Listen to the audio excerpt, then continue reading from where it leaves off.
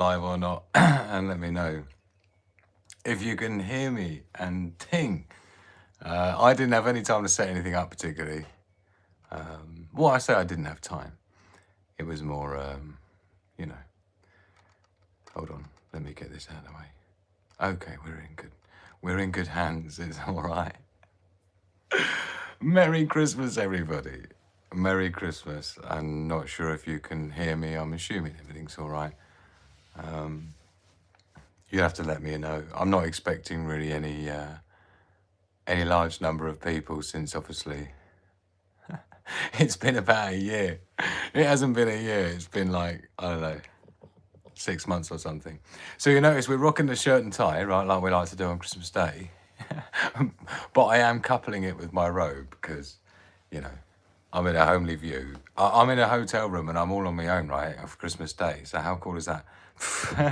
So I thought I'll make the most of it, you know. It doesn't stop me from showing up. Look at Richard over there. Good to see you.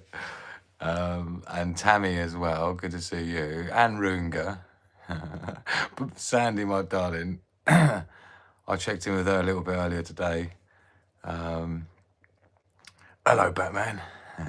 Hello, Batgirl. Happy Christmas. Do you know, I've had this debate all day, right? Rocking the robe, dude, innit? What do you think? You liking it? Liking it. Yeah, it's been a. I have got some. Traditionally, right, I like to have smoked salmon in the morning, right? That was what we used to do. So, not, not to be outdone by my, you know, for my smoked salmon, I have actually got some smoked salmon that I picked up yesterday from a little corner shop. And I've got some bread already and some butter. And the butter I've left outside on my balcony, my hotel room balcony. I paid an extra £11. I paid an extra £11 to have a private balcony and a private bathroom and shower. I've been 10 days without a shower, so I was like, do you know what? I want a private shower, thank you, please. So that's what we're rocking with. The robe's a bit scar. Is scar good or bad, Richard? Are you talking scar as in like, are you talking about the music type scar? And where are you today anyway? Let us know what you're up to, Richard. Are you at families or are you on your own? Yeah, let us know what you're up to in the chat if you're seeing family or if you're on your own in a hotel room or by yourself as well. Do you want to have a little look? Shall we have a little tour? It might be a bit early to have a little tour, so we'll see what we've got. But check out smoked salmon, look. We're rocking it. Yeah. Proper no expense bed. I got me devices. And then here you see. Oh, hold on. We're supposed to have the lamp on as well. Let's get the. Hold on. I've got to get my lamp on. It might make my face look a little bit more presentable, does it? Not really. But look, this is my little Nomad, Sigma Nomad setup, yeah? And I've had to get a new laptop because my other one isn't a happy chappy at the moment. It keeps overheating. The fans are going full blast the whole time and it keeps crashing, so. So I'm totally and utterly, you know, dealing with quite a few things at the moment. But it's cool, you know. That's one of my specialities is dealing with nonsense. Do you know what I mean? Making sense of stuff, yeah, and gaining peace through understanding. And I'm certainly peaceful. I'm certainly peaceful. And I'm really looking forward to my smoked salmon. I tell you, it's pretty cool. There's like every single thing on the TV, as in Netflix, Amazon Prime, and about 5 others I can't pronounce, and other ones I've not heard of. So there's plenty of options on the TV, but yeah, I haven't watched the TV once. And this, the laptop, I'm going to have to completely reformat and reinstall Windows. I did have Windows 11 on there, that's what it came with. I put a fresh copy on just to get rid of the malware and stuff, right? And yeah, turns out that a program that I use that are like so many of my source files are done in, right? For clients, for projects, for Sigma Prepper channel, for other YouTube channels, right? All the graphics and stuff, there's a particular program I use, but it turns out in Windows 11, that software basically doesn't work. So I'm like, amazing, right? Amazing. So, and it's an Adobe product of the Creative Suite, right? So I'm dealing with that. I'm gonna have to roll back to, I'm gonna have to install Windows 10, right? But it's fine. This is how we do, right? But I tell you what, I think we need to make a cup of tea. But I tell you, the thing I do like is there's like a shared kitchen, right? So although, you know, me as Drew the Secret Prepper, yeah, I've actually got this is my, like, okay, so this is my Nomad case, yeah. This, and then this one here, this is like just dumping somewhere case, yeah. So I've even put I've put the thing up on it, look, you see. Got the handle up, because this is actually doubles up as my little iPad rest when I'm going to sleep, yeah. And then I can, you know, watch my movies and that. So it's all positioned accordingly. And this is my kitchenette. This table, this chest of drawers here is my kitchenette. Look. So I've got it all going on here. Tea. The most important things, we've got the tea and we've got the sugar, right? We've got the toilet roll and we've got the baby wipes. So we're all good, right? Now the baby wipes were over on the headboard there, but I thought, nah, that's not a good look, because I know what you lot are gonna think, and it's not like that. I might be in a hotel on my own on Christmas Day, but baby wipes on the headboard, not a good look, even if it's not what you think. So anyway, baby wipes for the live show moved over to the chest of drawers, right? Sugar, tea, check it out, fucking lemon. Because what good is smoked salmon? What good is smoked salmon, right? If you don't have a lemon with it. So, we got the butter. We're going to be making this together, by the way. And my private balcony is here. This is my private balcony. And I'm actually using it as my fridge as well. True prepper survival styling. Yeah. Look.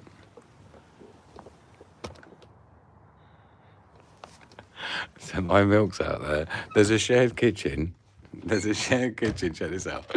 There's a shared kitchen in this like hotel apartment thing. They're like service department type things, I think, more than a hotel. But I don't trust putting my stuff in the fridge and then it still being there. I lived in a shared house for some time when I was like 15, when I first moved out, until maybe 17, I reckon. Yeah, I was in a shared house, and the amount of things I used to go missing out of people's cupboards and out of the fridge, I thought, you know what? It's not worth the risk, man. I'd rather put it outside. It's only 3 degrees centigrade in the UK anyway, so what the hell. But check it out. I've got my mince pies, yeah? Christmas ain't Christmas without mince pies. I have actually got my tea as well, but... And you know the irony, right? The coincidence. This cup was the cup that I last drank out of in my office before, right? And I come here, and in the shared kitchen, it's exactly the same mug. Obviously, it's not a Sigma Prepper mug.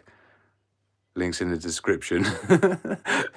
I need you to buy merch more now than you ever have done before. But, so I thought, oh, I'm having that. Having that. What's the chances of that? Lich. Yeah. So, I might, when I say I'm having that, I mean, I might actually, that might find its way accidentally.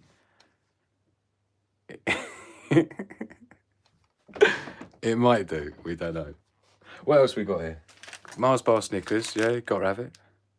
Gotta have it. And then my favourite chocolato, which is Galaxy Caramel Chocolate. As in, it's the one that's got the caramel inside the chocolate.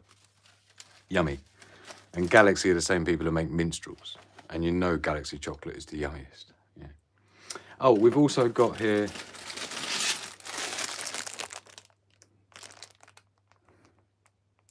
apples. Apparently it keeps the doctor away, but we'll see. We'll see. At least that doctor.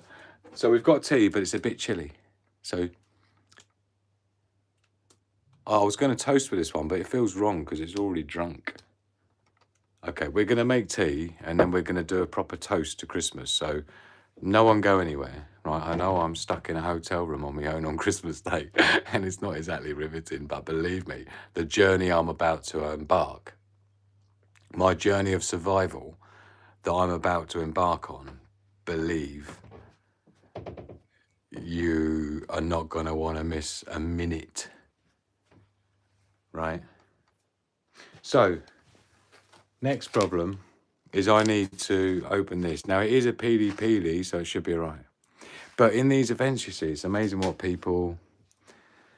Like, I've got a few preps in my Nomad bag. This is my Sigma Nomad bag. So, for example, I've got my Kelly Kettle stuff. Yeah. And it's actually... You've got... With this lot, you've got a pot, you've got 2 cups. Oh, got a pot, 2. Right, hold on. Can you see?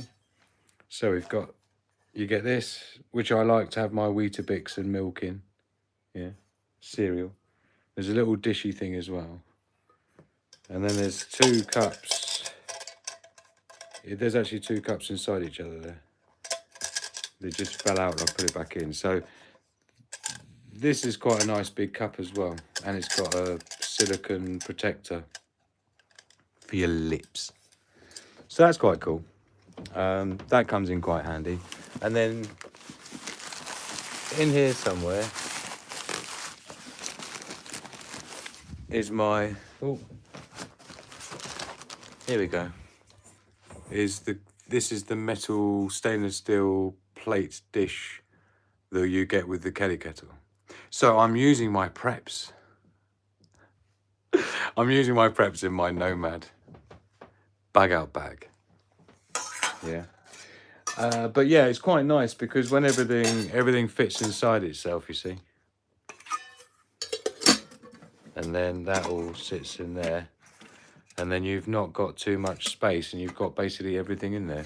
And you probably saw here, I've got, I always have my spork, titanium spork, which is proper spoon and proper fork. And there's a bit of a serrated edge on that fork, but I wouldn't bother thinking you can cut through a tree or anything with it.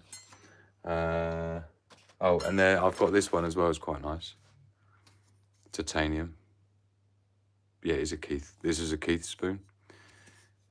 I quite like, I mean, it's only got the one end on it. We like the double-ended. We like the double-ended. But it's got this, it's only single-ended, but I quite like the secure, you know, lock thing. Right. So that actually goes in my main sling bag, which is this.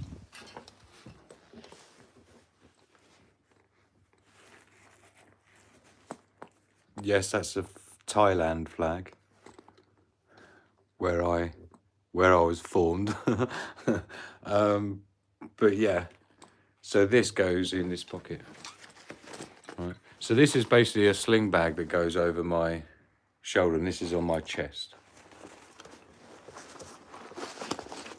So sort of like that. Right. Now, this is stainless steel, but you see I've got it carabined onto there so it can't fall out even though it's in the pocket, right? But also here, it's London proof as well, look. London proof, right? So it's snatch proof, essentially. So that is a lightweight carabiner. But you can see the weak point. That's a plastic clip there. Let me hold it like this, and then I can point to it for you.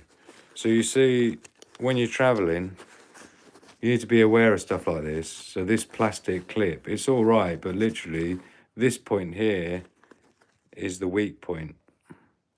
Yeah, that'll just snap straight off that, where it twizzles, look. So there's a tiny shaft in there that will just snap. And that's the only thing holding that to that. So what I've done is, this is a lightweight carabiner. This is from DD Types. I think this is from DD Types. Super light carabiner. It's made of Dyneema, which is very expensive very expensive, but very lightweight. I mean, they say expensive. This is like £4, £5, $10 or something. But I've gone right through the strap. Yeah. Oops, sorry. I've gone right through the strap there, not through the plastic bit, and then this again has gone through this bit as well. So, and it just happens to be exactly the right length. So that's cool. So anyway, snatch proof, and I put this pouch on the side on with the molly straps, and then that's a tritium marker. So it's basically radioactive, but it lights up and glows all the time. You don't have to light it up under the light and then it glows. It just glows constantly. And no, it doesn't give you cancer. Who we got in a chat? Libra Stella, wow, great to see you. Merry Christmas to you too. I hope you're well. So something else I want to show you as well, which is pretty cool, that I was forced to invest in, is this water filter. It's got a little digital display look to say how long you got left on it, but it does about 150 litres. Yeah. So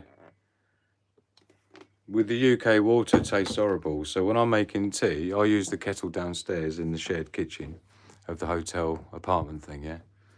And I've got bottled water as well. Yeah. But there's no point. I can just fill it up either in my sink or I fill it up in the kitchen downstairs. And the other thing as well is when I bought it, it was like 20 quid from Amazon, right? 25 quid. I got 3 of these filters, and each of these filters is good for a month. Yeah. So Brita. Maxtra Pro.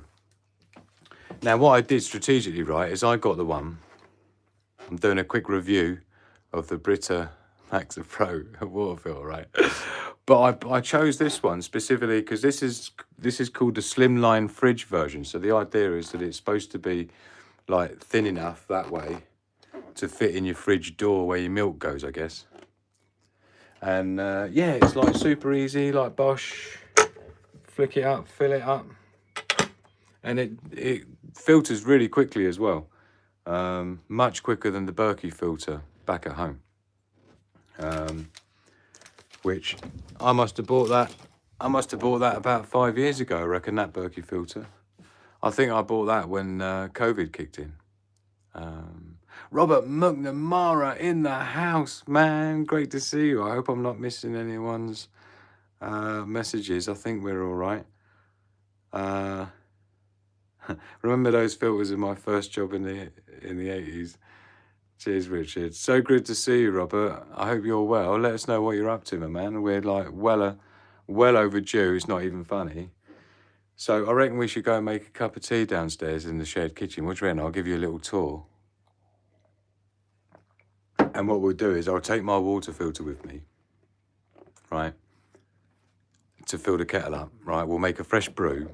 And then when we come back up, right, with my limited survival tools that I've got, we're going to open the smoked salmon.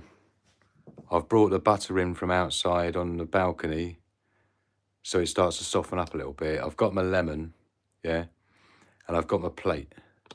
So we're nearly ready for my Christmas dinner, which is basically smoked salmon on bread. Smoked salmon on bread.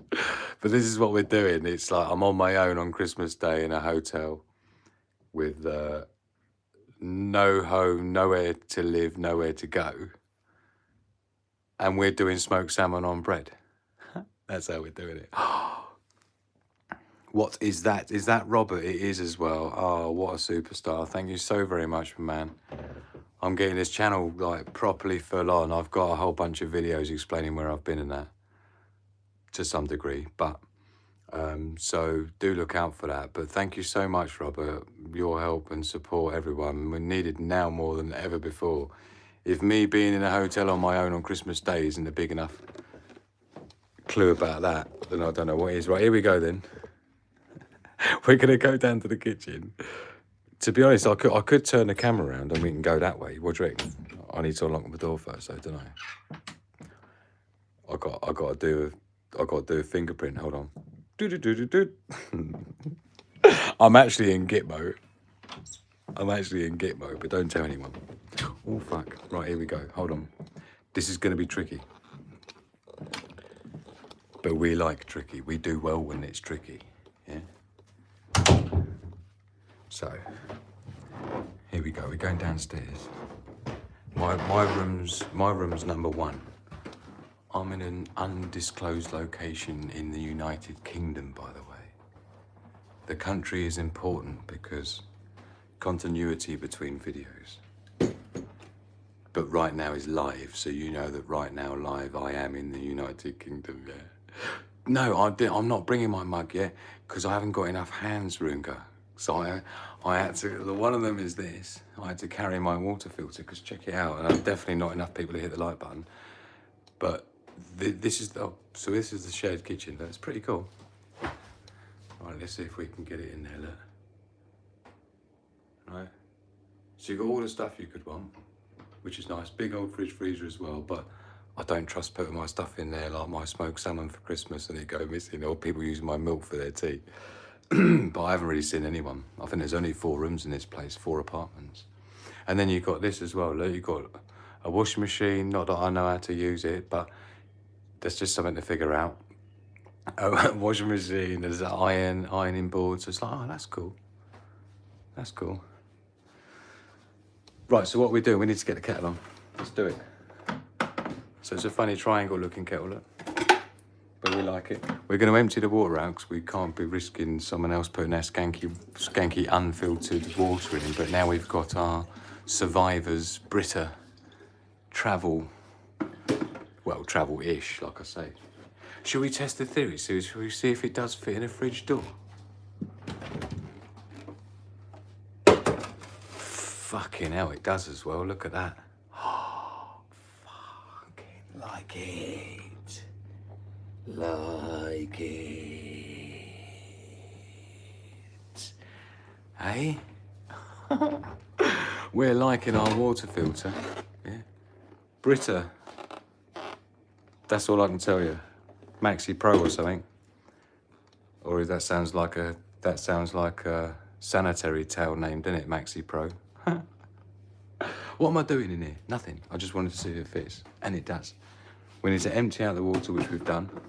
We need to fill up with our beautiful Brita filtered water. And we're going to make tea. And then when we go upstairs, I'm going to set the mug up for tea, right, in the room. And then I'm going to bring the cup down to put in the boiled water. That's the plan. But before we do that, we need to take this back up with us because we need to do the minimum number of journeys, so it's all been calculated accordingly, right? So, the right-hand tap is the cold tap. We'll let it run for a bit, just in case someone used the warm before me. All these considerations in a shared space.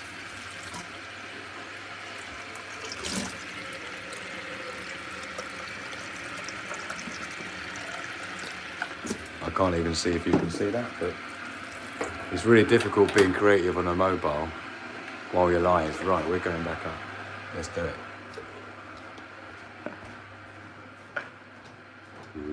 Well, I thought there was a step there, but there wasn't.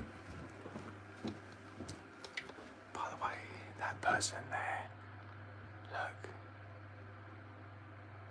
What do you notice? Someone left their key in the door.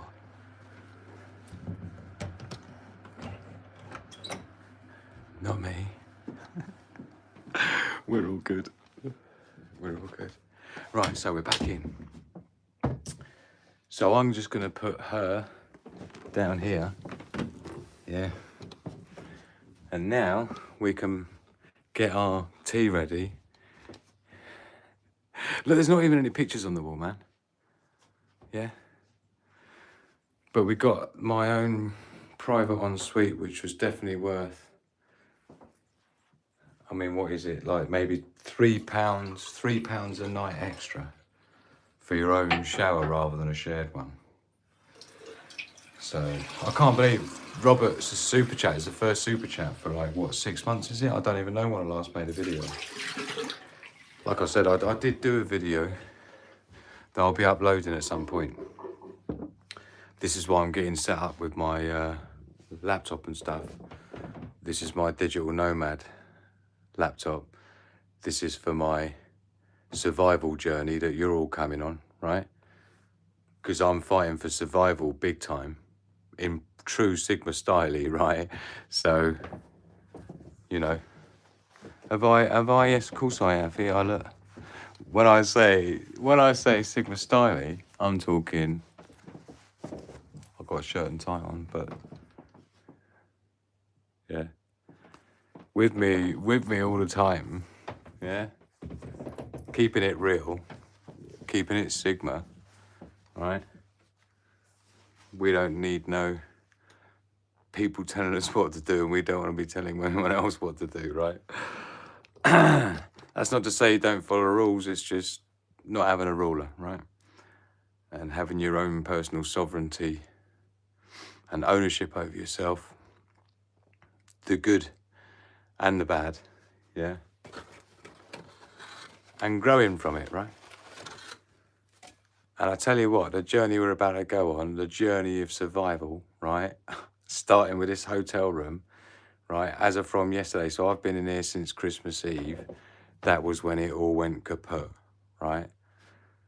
So I'm literally leaving with 2 suitcases, right? Unos, dos. My main rig here, but it's sketch. So I've had to go new rig, not sketch, slightly scaled down, digital nomad style, right? So that's it. That's my entire possessions right now and for the foreseeable future, right? So I'm essentially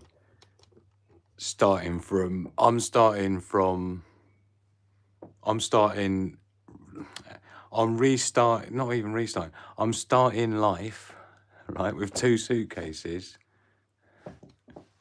right, and 2 laptop bags.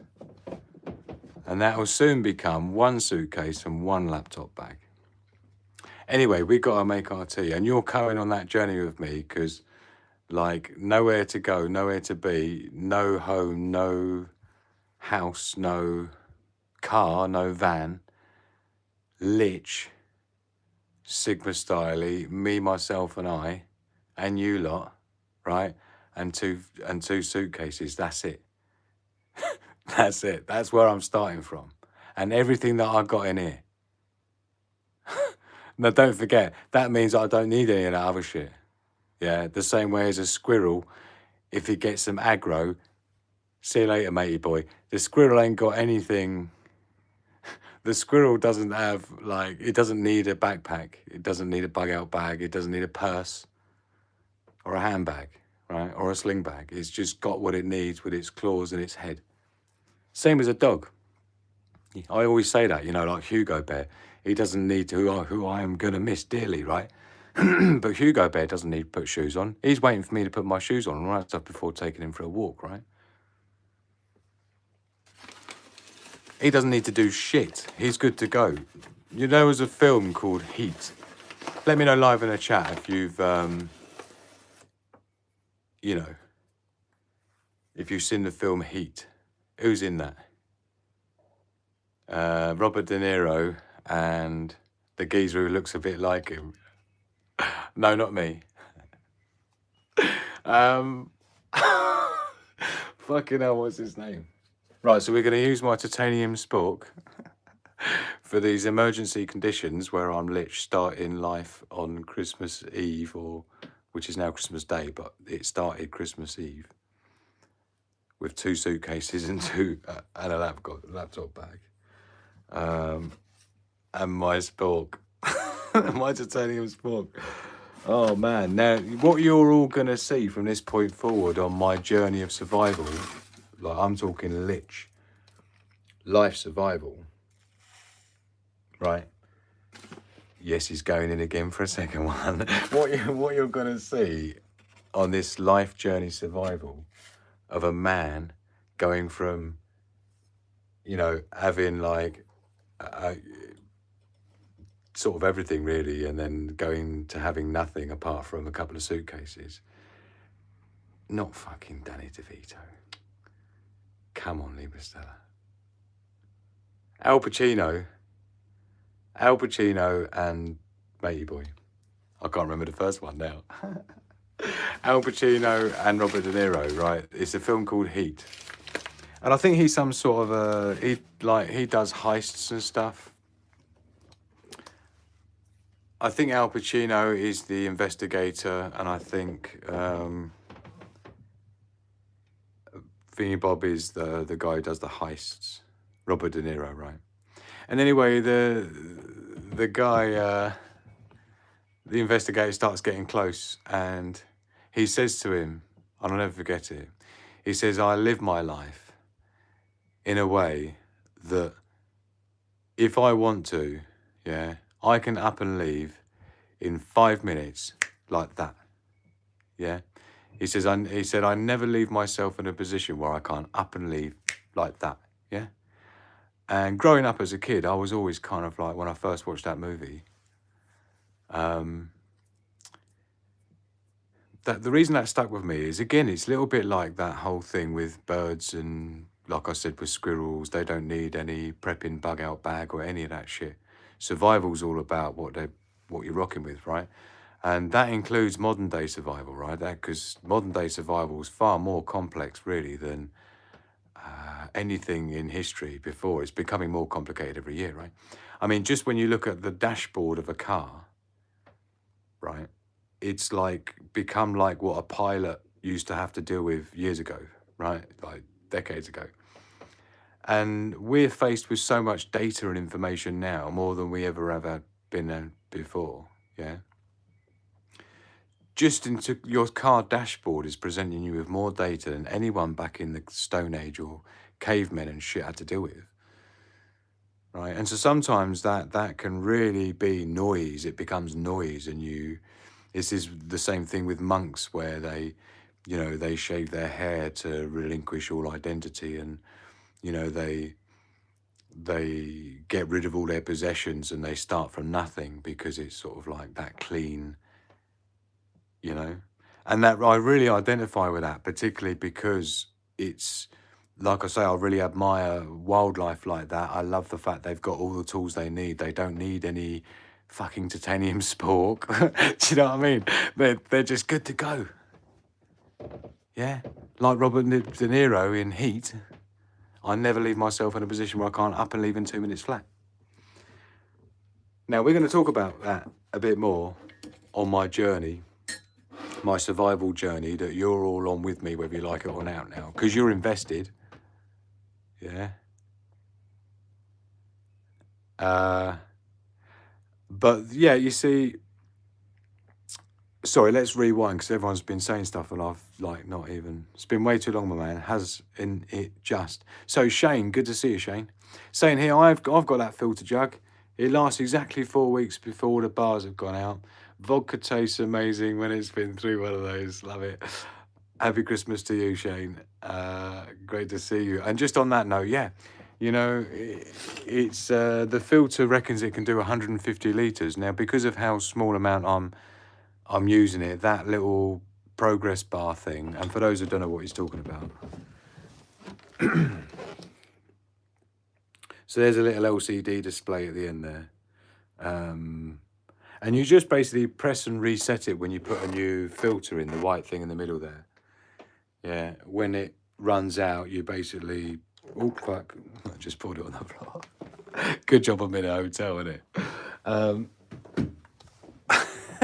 Would you treat your own home like that? No, I wouldn't. And I'm not treating this like that. It was an accident. All right, just calm down. Hold on, let me get my milk from outside on my private balcony. It's a about 5 degrees outside or something.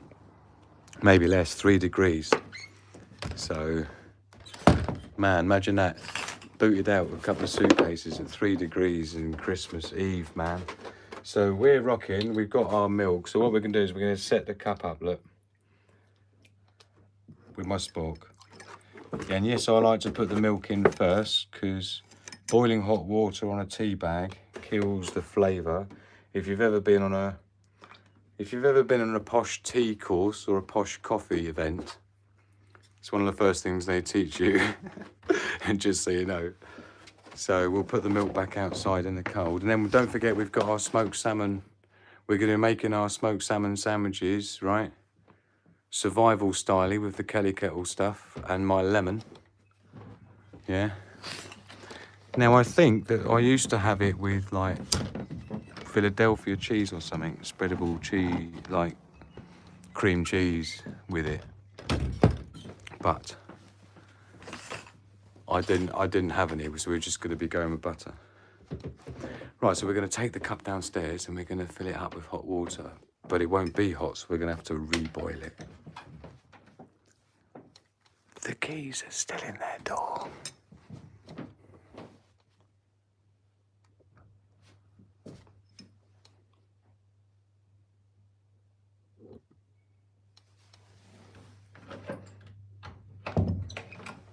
You see, usually I'd be a good Samaritan and I'd knock on their door and say, "Excuse me, fellow guest of the apartment, serviced apartment hotel. You seem to have left your key in your door." God, that light picked me up from ages away. That was quite freaky. I thought, fuck me, is someone else in the kitchen? But it's like one of these things where you walk down here, right, you walk through the hallway, and there's like a sensor on the kitchen ceiling, so it sort of senses you coming in and turns on. It's really cool, because I walk in here like with all stuff in my hands. I know, modern technology, eh? Right, let's see what else we got going on here. If it ain't fish, it ain't dish. Like it.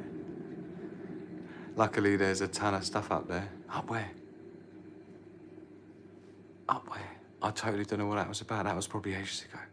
Danny DeVito, yeah, I remember that one. No. Forgotten his name again. I'm so shit with names. Although, I'm good with all your names. I know who all you are when I see your name pop up. That's why I thought it'd be nice to come and say hello on Christmas Day, right? Because otherwise there's going to be loads of, because I bet there's loads of other people that are alone on their own on Christmas Day, not just me. Maybe not many of us in the hotel room after going through a bunch of stuff. So I had something floating in my tea. We can't have that. Right, you see what we're doing here? So we're all good. We've got our water. And the great thing is I don't even have to turn the light off. It'll just turn off automatically. The little wonders in life, eh? Whew. Up we go. Careful not to spill any tea. Look, this will be evidence for the owner of the hotel. Say, look, see, didn't spill any on the carpet. What are you talking about? Spilling tea on the carpet. Do I look like the sort of guy who spills tea on the fucking carpet? I might spill perfectly pure, clear, filtered water on the carpet while showing my filter jug. But not tea. Oh, fuck. I spoke too soon. Oh, no. It's only literally 4 splats. There's 4 splats on there. Right. But again, that's why we've got the baby wipes. And that's why the baby wipes are on there rather than on the headboard. They're in the kitchenette. Right. And then we give it a stir. Look, it's getting some colour already. So we've had a review of our Brita. Oh, that's what I was going to say, by the way. Right, when we're talking about the Brita water filter I've got there, it lasts exactly 4 weeks before all the bars have gone out. Yeah, you see, it doesn't go on how many litres have gone through it. Now, since it can do 150 litres, do the math, man. right? So, well, that's quite a lot of litres. So you got, yeah, the thing is that those bars are going down literally just on a timer that's inside that thing to show you it's run out. But if you haven't actually put any water through that filter, 150 litres is a lot, yeah?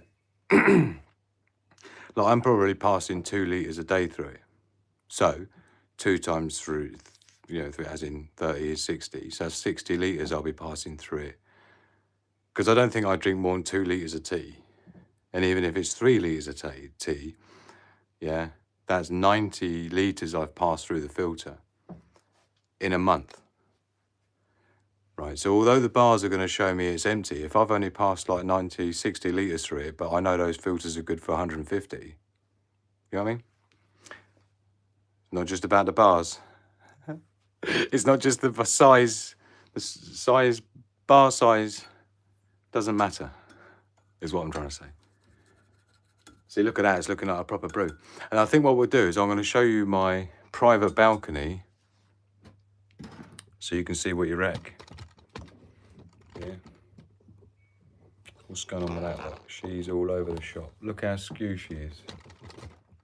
Shall I show you?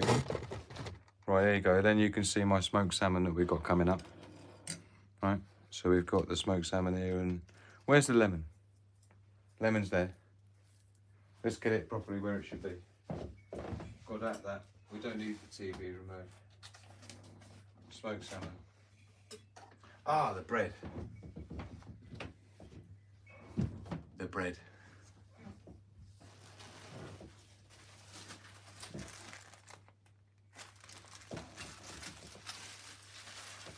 Do you know, I'll tell you what, right? The last, I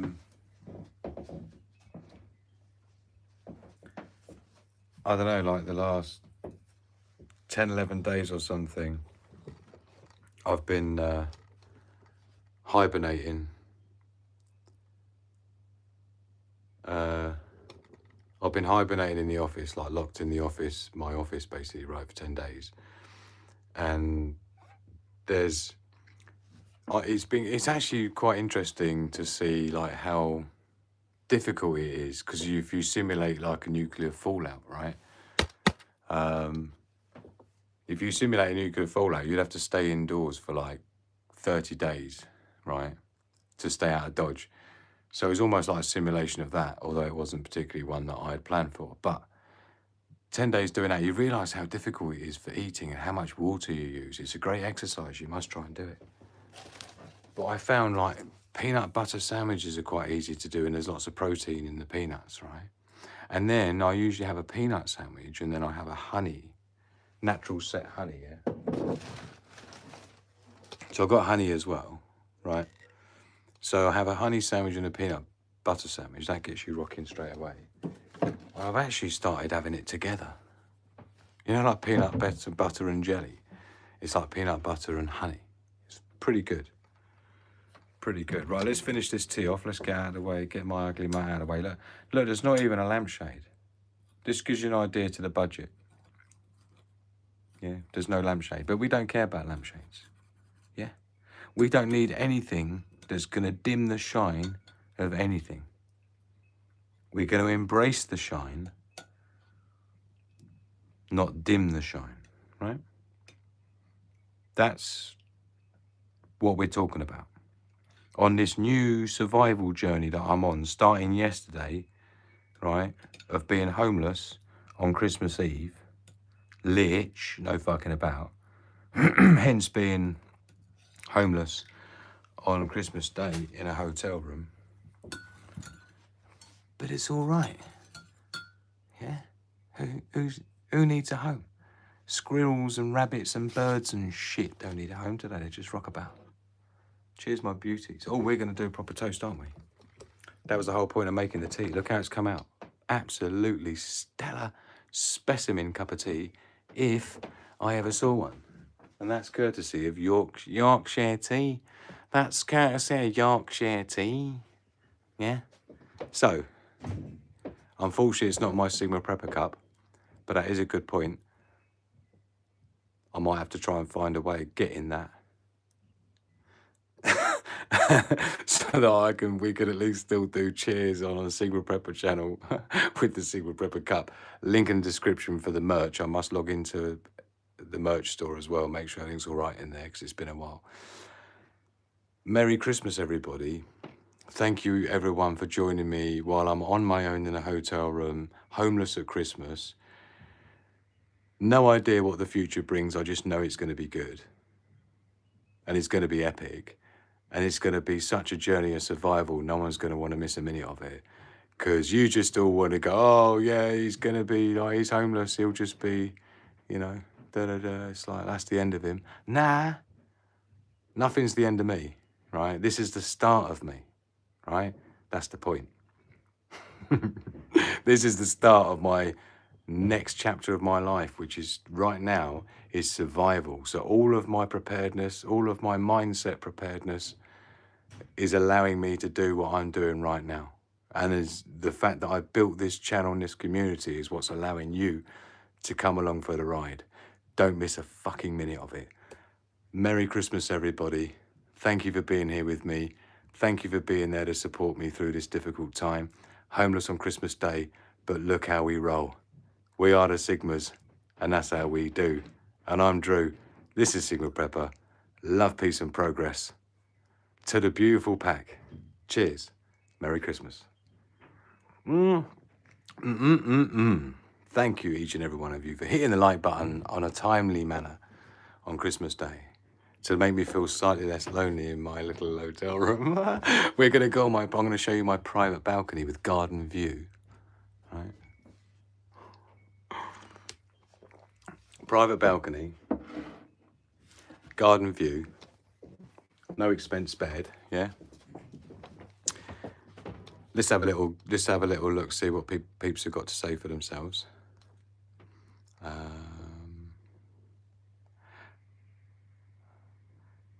Richard, first thing this morning, I was sorting daily stuff for a housebound neighbour, then cooked up for a couple of neighbours. Now sat here having a beer. Sounds good, Richard.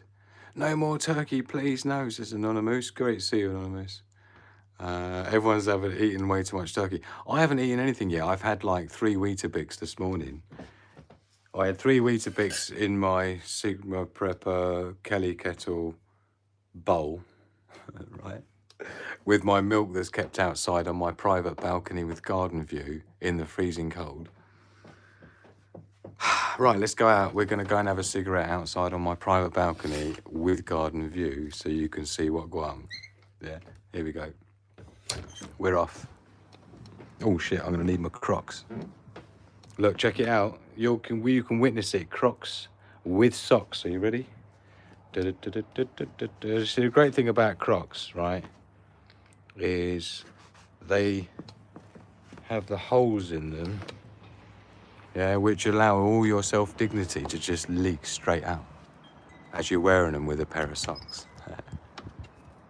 So here we go. This is my private balcony that I paid £10 extra over the 5 nights that I'm here.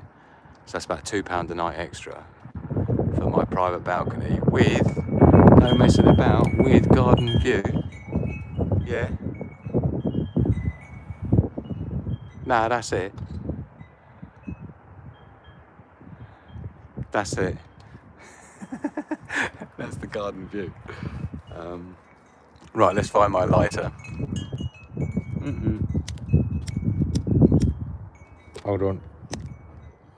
So I need my other hand to light it because the wind is pretty epic. It's not super epic, but... So I've got my milk out here. I've had my smoked salmon and my butter out here all day as well. But I had to risk it. I had to risk it putting my smoked salmon and butter and milk in the fridge for a little bit of the morning, because what I found, right, it was like, woke up this morning, what a beautiful sunrise here. Lich, blue skies. Yeah, totes blue skies. And a beautiful sunrise. I thought, oh, this is nice. But then I realised when it got to about 11 o'clock in the AM, 1100, there is no O, 1100 hours. For you Americans in the military, yeah, military. basically, the sun was beaming down here, going through here, and it was hitting my milk, and I thought, my milk's going to start warming up by about midday, so I have to move that. And there's nowhere here where the sun's not going to get it. So I'd rather it have been cloudy, which did cloud over by about 1 o'clock. So I brought the milk in from the fridge because you don't want to be risking that in a shared apartment thingy bob hotel, right? Especially my smoked salmon, which we're going to be making in a minute. Hit the like button.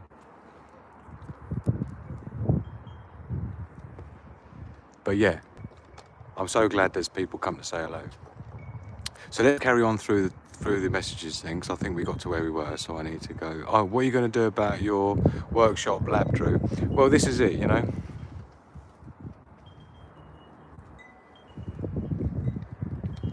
There's a million things that I do to generate income, and most of it is doing this, making videos, but I haven't done it for 6 months because I've been in a place that I needed to exit from before there's a video all about it, right?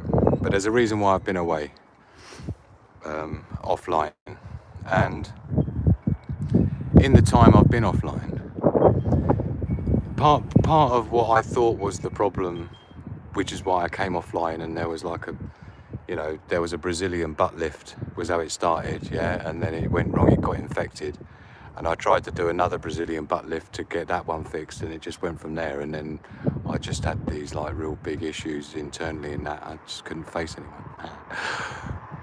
But seriously, but I was thinking to myself, you know what, maybe part of the problem is the chaos, maybe it's all the noise, it's like, because of all my stuff in the lab, you know,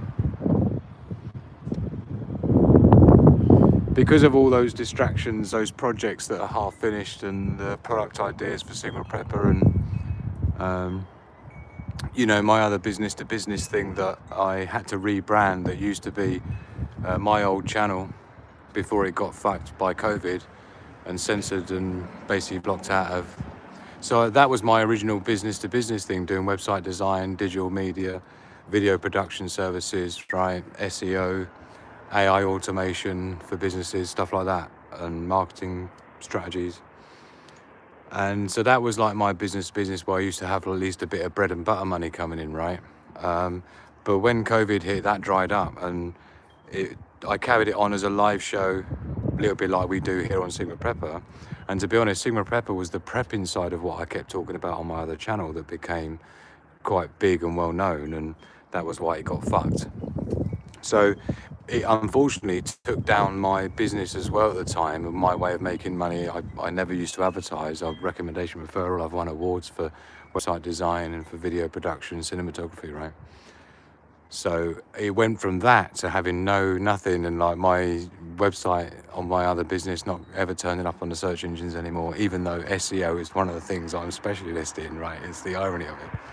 So I knew I was being taken down, right? And so Sigma Prepper was born in 2022 to sidestep that slightly and to compartmentalize the content into having all the preparedness stuff, which was I made the pandemic preparedness pack. That was what I was sort of famous for, right? And the virus prediction tool, right? Now the virus prediction tool is still on my website, and it went viral, and that was how my channel went viral. It went like 10,000 subscribers overnight, and kept going, right? And so anyway, I used that channel because it was the one that had the most subscribers, just to raise the flag of what was going on with the COVID thing. This was like back in January or something, before it was even on the news, right? And I used to be, without getting into it, I used to be a co-host on a radio show, Freedom Talk radio show. I was a co-host on that.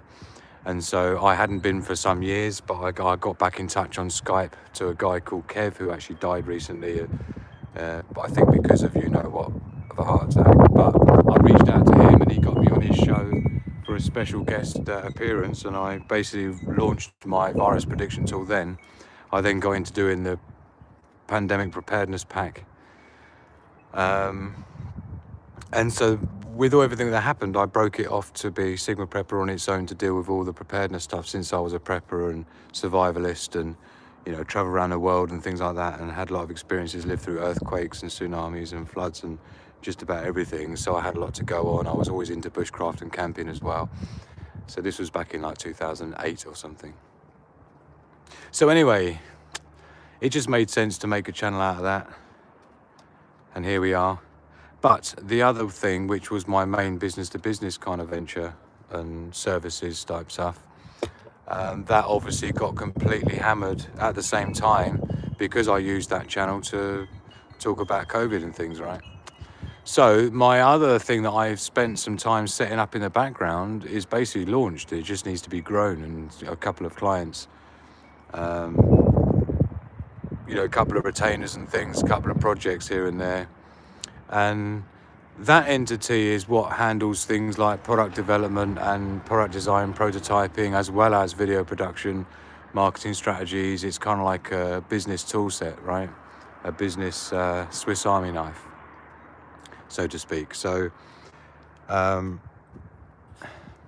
obviously it's a challenge now because exactly like you say, I haven't got access to all of my lab equipment and in my electronic engineering components, right? I'm out on the street on Christmas Eve with literally 2 suitcases and a fucking laptop, right?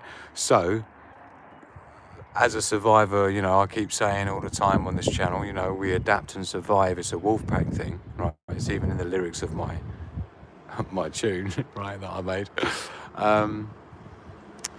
You got to just adapt to that and say, well, the product development side of the business and things like prototype engineering is a very time-consuming and not very money-making affair, right? I mean, I can spend months designing a product for someone, electronic engineering, writing code and stuff, and yeah, you can get decent money, but not really, because you might get like $5,000 to make something, but that might take 6 months of like 24/7 committed, super high complex, super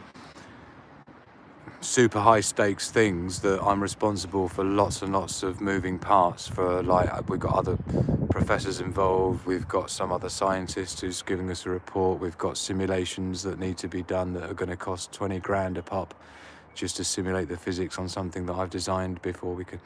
It's just so nasty and complicated. It's just like, do I really want to be getting into that? Probably not, because just 6 months you're going to earn 5 grand. If I do 2 in a row, that's like, you know, 10 grand a year for something that is very rare for someone to be able to do. You know, it's like a doctor type thing. It's prototype and engineer is one of the most elite forms of engineering, because you're designing constantly things that have never been designed before. You're solving problems that have never been solved before. That is the point, right? So things like website design, database engineering, marketing campaigns, and sales copywriting, my specialities, are the other part of the business. And so I'm just going to be focusing more on that, and I just don't really want to be getting into electronic engineering and you know, systems, embedded systems and things so much anymore, because it's super complicated, it's super chaotic, and just the absolute distraction of it, man. That's the point. Yeah, my whole office and lab and shit, I've been saying for ages that it just feels chaotic. There's just stuff everywhere. It's just, I can't think. There's all my drone equipment from my aerial photography business that I developed when I lived in Thailand before there was such a thing as drones. I was strapping pan and tilt systems I designed and cut out with a hacksaw and carbon fiber plate, like back in 2003, before there were such thing as drones. I had like I think it was a 50cc Zenoa petrol engine model helicopter. I used to fly helicopters competitively and build planes competitively, right, as in RC planes. So doing that way back then, I got all that. I've got loads of drone stuff in my office. I've got like, which I'm never going to fly again. Since they changed all the laws and the rules on that, I just can't be dealing with it. So, but that's all sitting there in boxes. I just need to eBay it all, right? Hold on.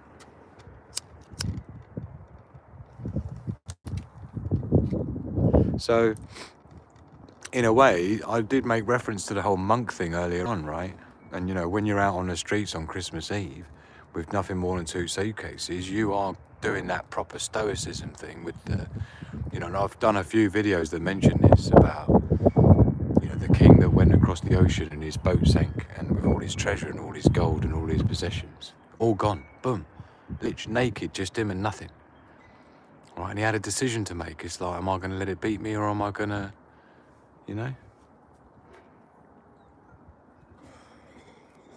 And he started from scratch, just like I had to do when I was 15 years old, and I got kicked out on the street at 15, right? With no one. And I had to figure it out big time and quick. And this is no different, right? And I've done it loads of times. When I moved to Thailand, right, I had to start again there with nothing but a suitcase. And I built 5, 6 businesses in Thailand, right? The same when we left Thailand, in the little island we lived in, and then went to live in Bangkok for a couple of years. Again, my businesses were irrelevant in Bangkok from what I was doing on the island, so I had to start again in Bangkok. I was working with a robotic engineering company. I was doing website design and brochure stuff and that for, you know, tourism-based stuff in Thailand with my other businesses before that, and things like drone aerial photography for villas, hotels.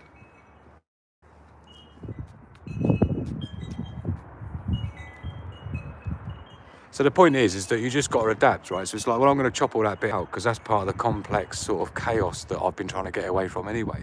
Just feeling like, you know, like just having so much stuff everywhere, just shit everywhere, tools and little circuits and little prototype LCD displays that I haven't even fucking tested yet, and they've been sat there for 4 months. And I'm thinking that was like £17 I could have rather not have spent, since it's an LCD display that's just sat on the desk for 4 months, you know.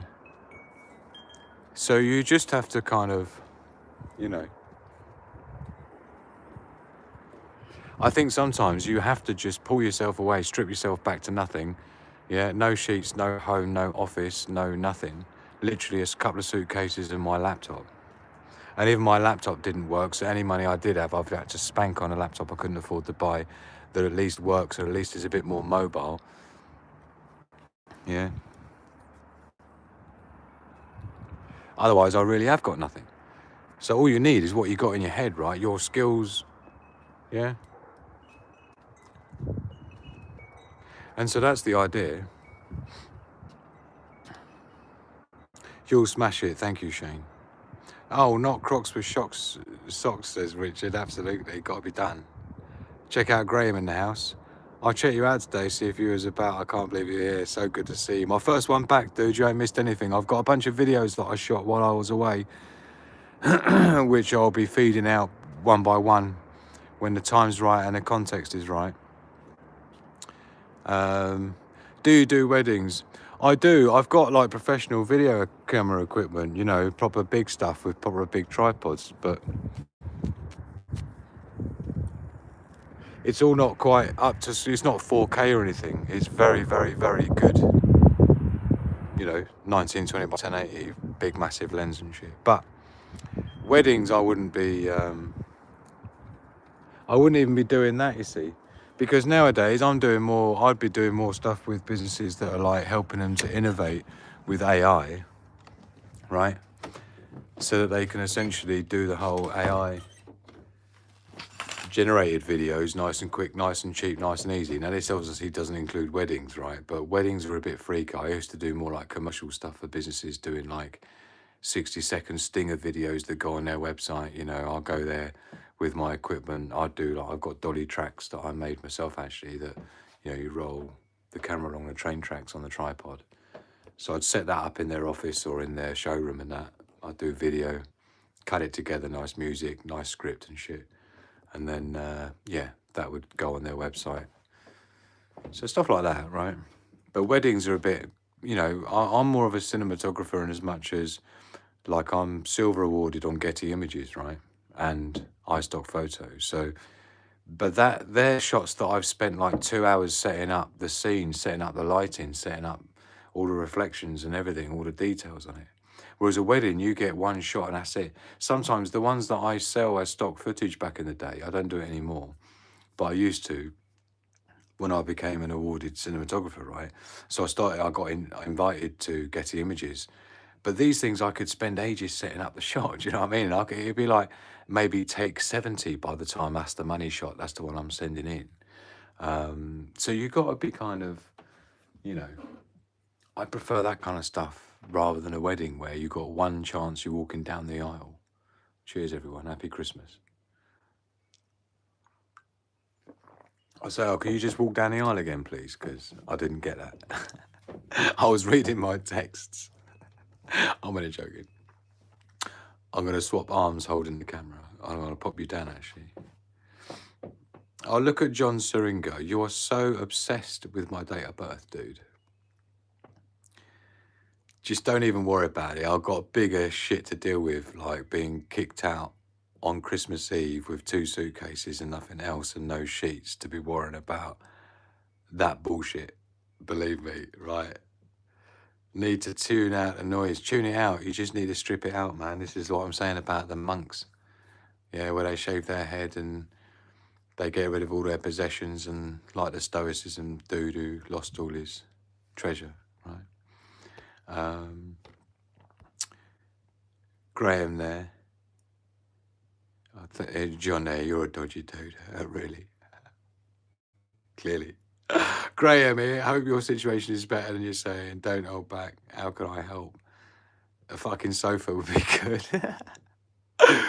Runga there, the virus prediction was what put a target over you. Yeah, big time. Now you come as target and then we got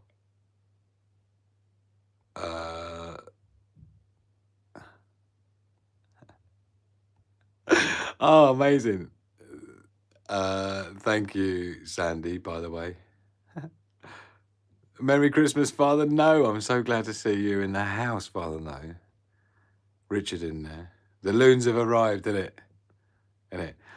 You know, you always know you're doing all right if you got some haters. If you haven't got any haters, you ain't doing anything. Robert there, I can't believe the trolls get rid of them. I don't want bad vibes on Christmas. You see, this is the key, Robert, is you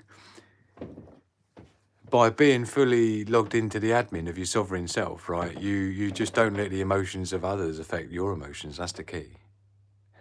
Because don't forget, exactly as you said, Robert, it's a reflection of them, not a reflection of us. So you don't even need to say anything, because everyone already knows you know I know you know, Robert. Oh, man. Talking of drones, Drew. This is Runga.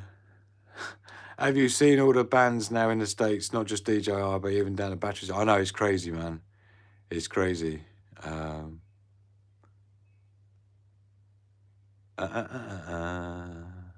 Okay, sorry. Father, no.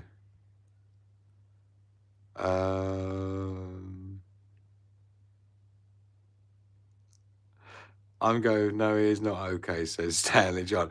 Do I look not okay? What are you fucking chatting about, man? I got smoked salmon. Yeah. I got my bread. I got my Kelly Kettle, like, kit. We've got butter, and we've even got, no expense spared, a lemon. So we're going to be having smoked salmon on bread. It could be on toast, because there is a toaster downstairs in the shared kitchen of this hotel, right? Drew, is your linked email address still up and running? Yeah. Just, I think, is it just drew@sigmaprepper.com, isn't it? No real men wear Crocs, says Robin tomorrow. Yeah, I know, real men wear bare feet. Believe me, I would be barefoot. Have you got PayPal? Yes, Graham, thank you. It's in the description of this video, I think, towards the bottom. There's a PayPal link there. I mean, any help would be super. It's funny in terms of like the hotel when they're telling me how much it is a day. It's like, I haven't got that much money, let alone that much money a fucking day. Anyway, Father, no, did you have fallen out with a missus? Bro, please tell me you didn't have a fallen out with your old lady. My God, man. Love the trolls as they are so funny. Aren't they, Anonymous? Cheers to all that. Yeah, so I'm homeless. I'm homeless. You can make of that what you want. Or it was a Brazilian butt lift that went wrong. One of the two. Now, the problem not often you find is like where are we going to make our smoked salmon sandwiches. So it's going to have to be on my kitchenette, which is the chest of drawers that the TV's on. but it'll work for us. So I think we can probably pop you fine people up here. And I can keep you in shot.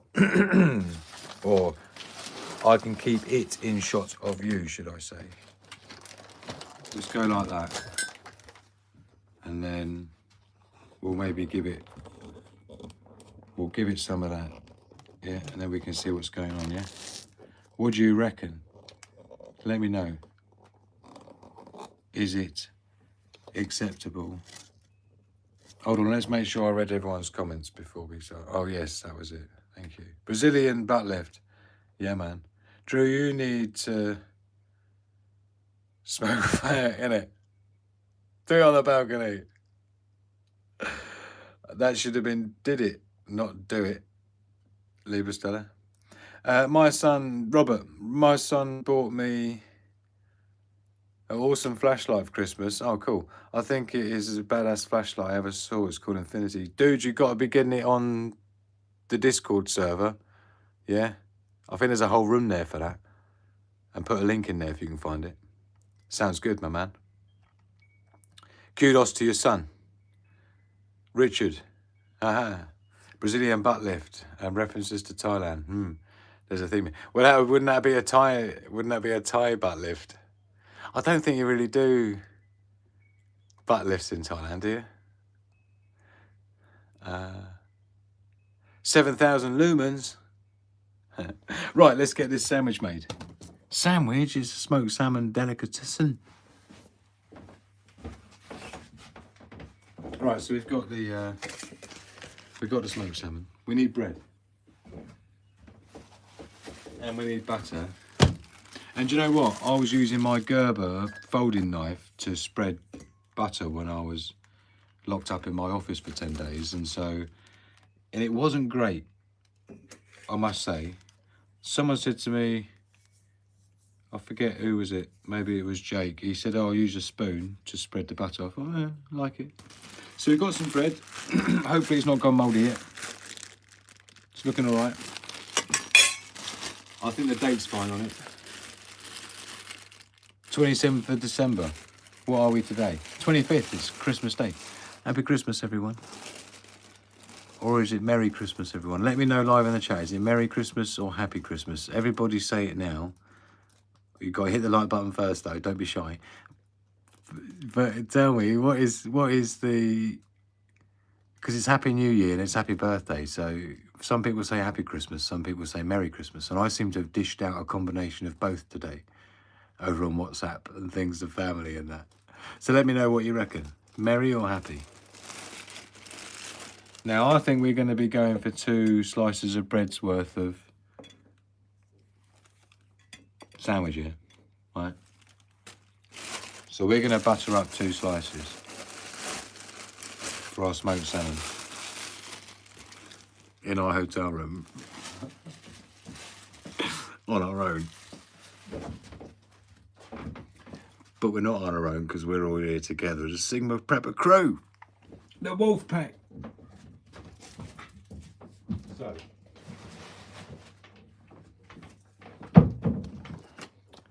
Bread goes back in my pantry. Let me show you it.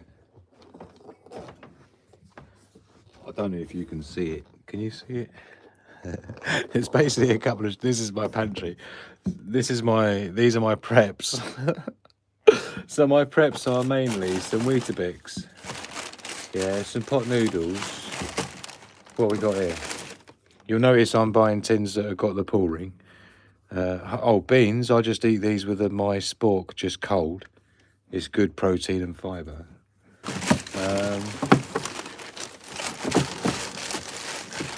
Are they all the same? Oh no, yeah, these are nice peach slices, look. Yeah, gotta have some peach slices. I think there's some pear halves in there as well somewhere. They're peach slices as well. So I've got some things like that. Some super noodles. Yeah. Pot noodle. Beef and tomato flavour. And then we've got like the sobers.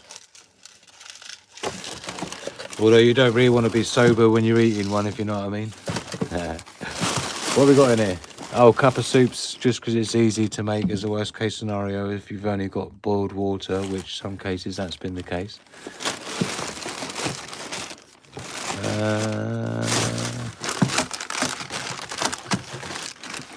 And then obviously we've got my peanut butter and my honey. Yeah. On bread. So that's kind of, that's my prepping, and even that was like 28 quid or something fucking crazy. And then there's my smoked salmon, obviously, and the bag of sugar and the tea and the baby wipes and the toilet roll. Oh, and we've got like Maryland cookies, unopened. We've got mince pies opened. I think, is it a pack of 6? I think it's a pack of 6 and I've had 2, so there should be like 4 left. Yeah, so we're all right. We've got food to eat. This is my Christmas dinner. Like I said, I had cereal. I had Weetabix this morning when I woke up. And, right, so we need a knife. So I stole this knife from the kitchen downstairs. So we can use this. We'll get the spork out of the way because I use that for stirring my tea. Cheers, everyone. Gonna take a sip. Love, peace, and progress. To the pack. Yummy. Merry Christmas, everyone. Although, is it Merry Christmas or is it Happy Christmas? Let's have a quick look. See what you came up with there. Anyone that could be bothered to type, which is not many people can be bothered to type now. What is it with this app? It's just nasty. You see, it just won't. It won't let me do the app back up. Oh, it's done it now. When I try and scroll the comments, which are on the screen, it brings the whole app down and it won't let me put it back. Anyway.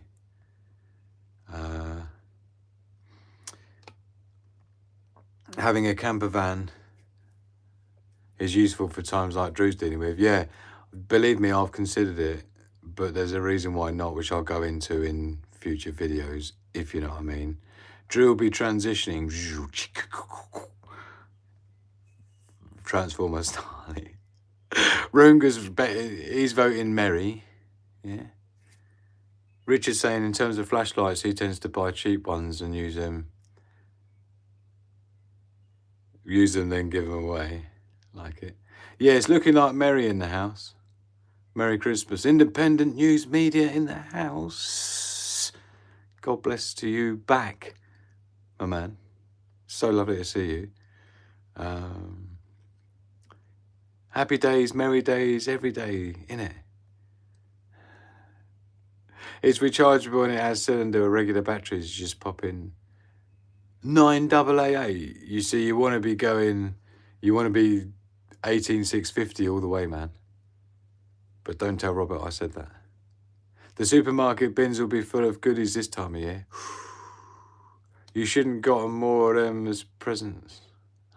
Tins of ham, fish, or for protein usually got 3 to 5 years.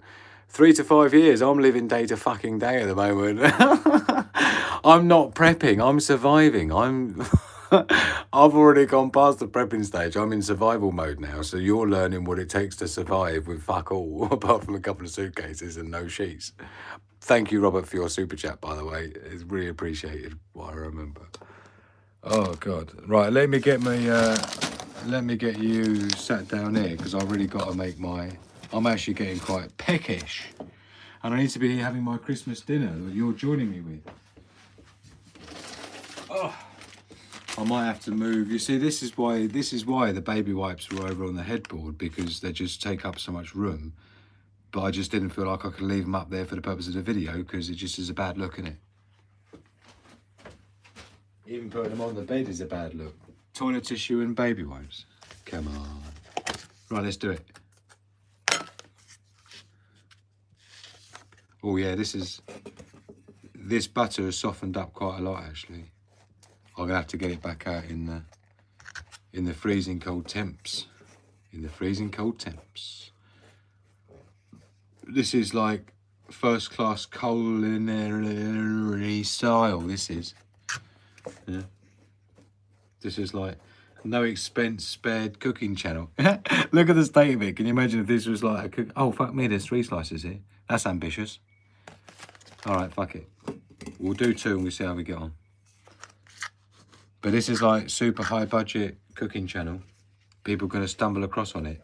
I should have tagged it up and the title for being Cooking on Your Own in a Hotel Room on Christmas Day. Oh, dear. I don't like missing any spots. And I'm really digging some trenches in the butter, yeah. There's no wonder I'm kicked out on Christmas Eve on my own, innit? With fucking someone who does that to the butter. That's divorceable offence straight away, innit? Look at the state of it, man. Oh, God. Right, so here we go. We've got butter. We're looking good. Let's get the smoked salmon out. Wap, wap, wap, wap, wap, wap, wap. Got my chocolate. I mean, I can't believe this is the extent of my kitchen area. I mean, it's not a kitchen area, obviously. It's just a chest of drawers that the TV's on in this hotel room. But this is what we're going. So here we go then. Co-op, which is just like a local 7-Eleven to those who don't know, in America. So you properly pay a premium for anything in there.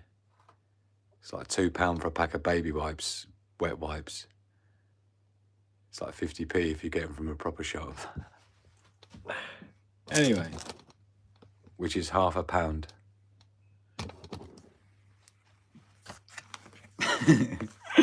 Oh dear, right, let's do it.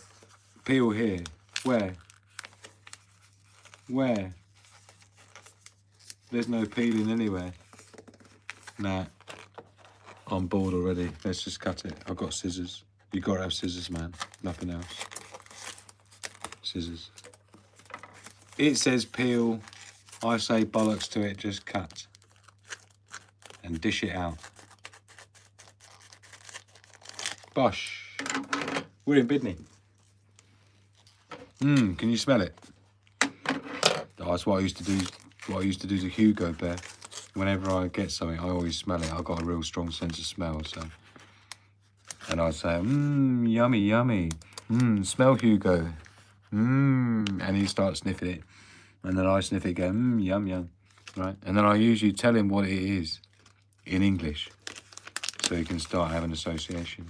So yeah, I did think that 3 slices of bread was a bit ambitious given the size of it. And I don't know if this is 1 slice. No, it's not. But they are quite thick slices. Yeah, that is literally 2 slices. It probably says on the packet somewhere how many slices it is, but never mind. And you know what? I'm almost tempted.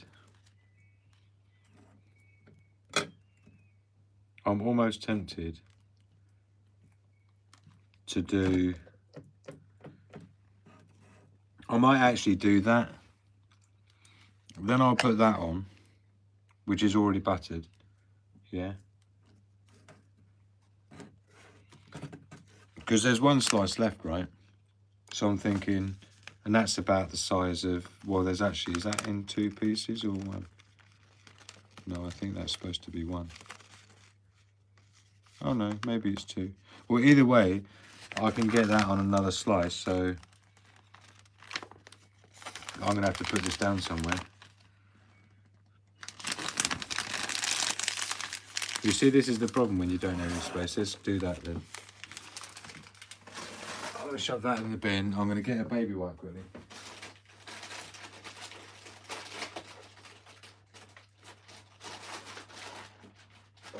And don't you hate it when you're on a budget and a whole chunk comes out? Oh dear. I only need a quick wipe. Oh, fuck me. We need the lemon. We need the lemon. So, I mean, this is a real ropey knife as well. That's not going to cut anything, but never mind. We'll give it a go.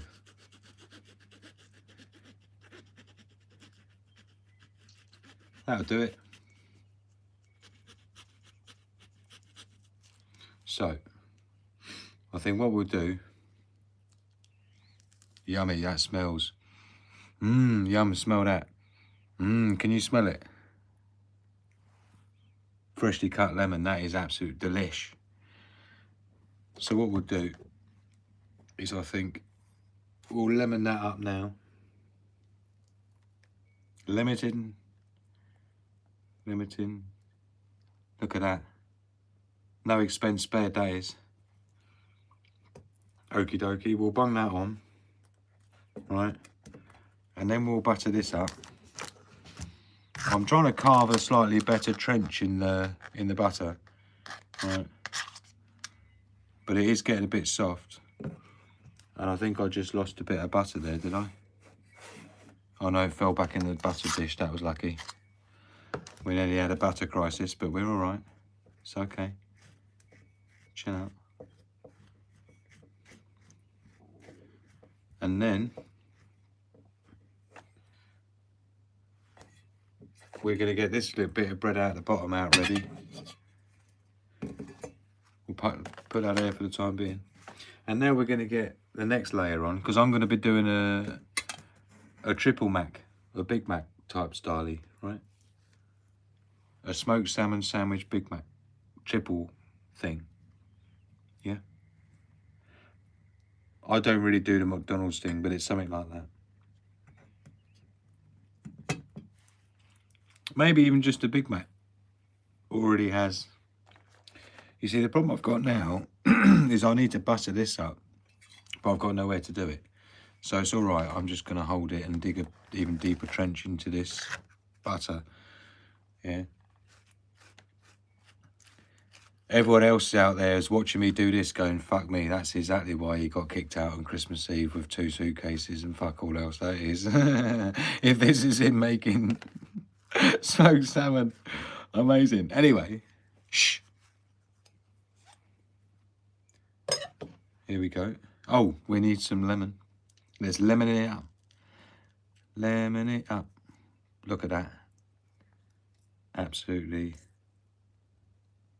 delish. Just the smell of it right now. I know it's nice, isn't it? Smell it. Oh, yummy. Yummy. Hit the like button, even though there's nothing to like about it. Just find something to like about it, yeah? And then just, you know. Look at that, man. Triple smoked salmon with lemon sandwich. NFA. No messing about.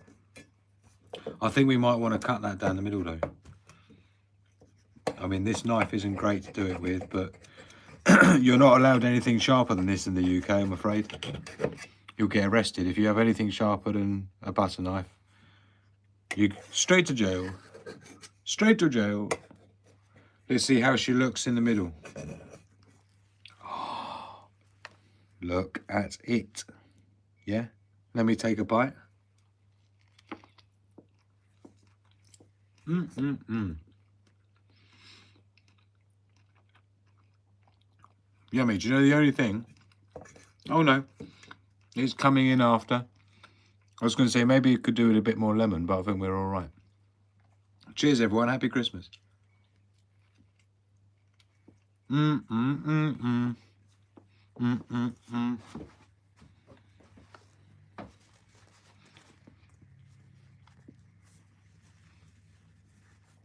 So let us know, everyone else let me know what your favourite present was. Oh, do you know what?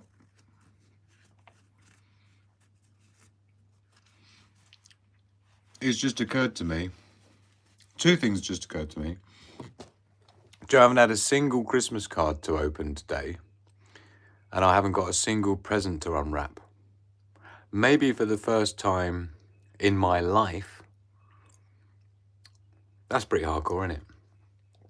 So for the first time in my entire life of nearly 50 years, despite how I only look like 33 max, I get it, right? But nearly 50 years of living on the planet, well, it's like nearly 50 Christmases, yeah?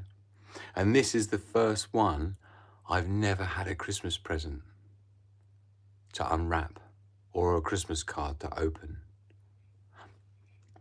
When I was like 6 months old or whatever it would have been, 7 months old, when it was Christmas time back in the day, I probably didn't unwrap anything then, and I probably didn't open a card then, but, you know, maybe when I was 2 I would have done. So that's at least like, you know, but that's because, you know, I had lots of presents, I'm sure, when I was like less than 1 year old in my first Christmas, but, you know, I probably wouldn't have been anything I needed to unwrap, but at least I had them. But it's quite interesting. That's quite interesting, isn't it?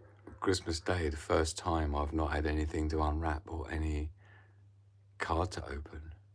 In fact, I think the only Christmas card I even received was from Sandy, Moonpig. So thank you, Sandy. But that I opened that like a week before I think it was Christmas, because I didn't realise it was a Christmas card. I thought it was marketing blurb from Moonpig because I got sent a sample pack from them before as a media creator for my other company to say, oh, you should use our stuff for your clients, right? I thought it was one of them, and it was like, oh, a Christmas card from Sandy. How cool is that? But yeah, so that was an interesting thought I just had.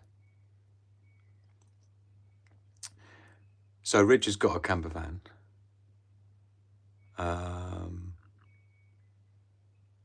I think it's time for you to do your USA trip, says Robert. I'll tell you what, the thing that concerns me about the UK is the burn rate here. The sheer amount of money per day you need to live. Yeah? And my earning potential without an office now has been somewhat compromised. So,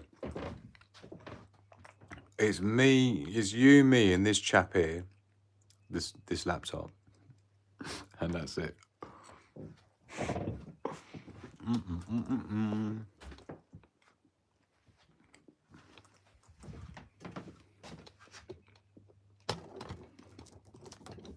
I am starving though. What is even the time? I don't even know what the time is. Where's my phone? I don't do the whole wearing a watch thing. 8:30-ish. So 8:30 in the evening. Ooh. And I'm having my Christmas dinner. Smoked salmon sandwich in a hotel room on my own with no presents to unwrap and no cards to open. Oh yeah. We're loving it. We are loving it. And I'll tell you what, this is going to fill me up quite a lot. So I'm glad about that. Since I won't be able to afford for another week, afford to eat for another week. I'm only joking. Oh, God.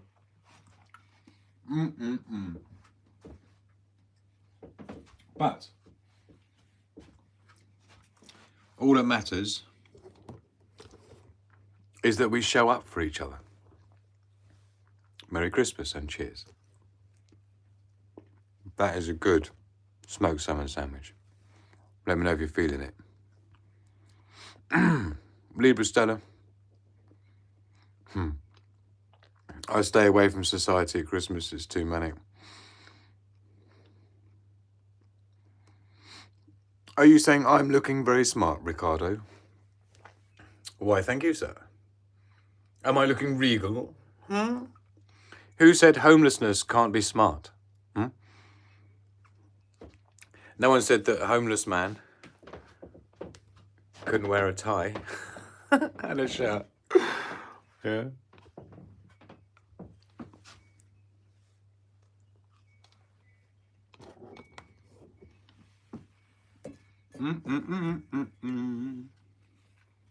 Oh, we need some tunes. Hold on. And you see, when you say tunes, it's like, well, you know, you get a copyright strike. But, do you know, funny enough, I realised that my MP3 playlist, that I have for like holiday and shit like that has actually got the Sigma Prepper tunes on it. Check this out. See if I can balance my iPad on here. What a fucking tune. I spent about 2 weeks producing this. Welcome to the last show. True is on a break. Just a few minutes is all it's gonna take. But don't tune out, cause there's plenty yet to come. Get yourself a drink, cause we've barely just begun. Wait for Sigma Prepper, he'll be back in a few. If you're joining us now, time to pull up a pew. Reject the herd, prepare the pack. Just a couple more minutes and he'll be back. In the chaos of survival, your mind is your shield. When it all goes wrong, it's the wisdom revealed. The what? The tech, the knowledge, the smart preparation. When the crisis comes, we're gonna own the situation. We understand the risk that tomorrow could bring. We adapt and survive. It's a wolf pack thing.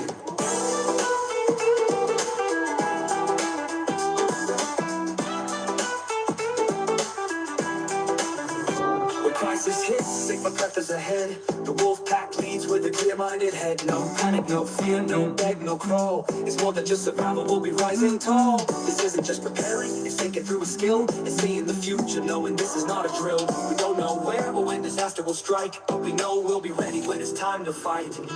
In the chaos of survival, your mind is your shield. When it all goes wrong, it's the wisdom revealed. The tech, the knowledge, the smart preparation. When the crisis comes, we're gonna own the situation. We understand the risks that tomorrow could bring. We adapt and survive. It's a wolf pack thing.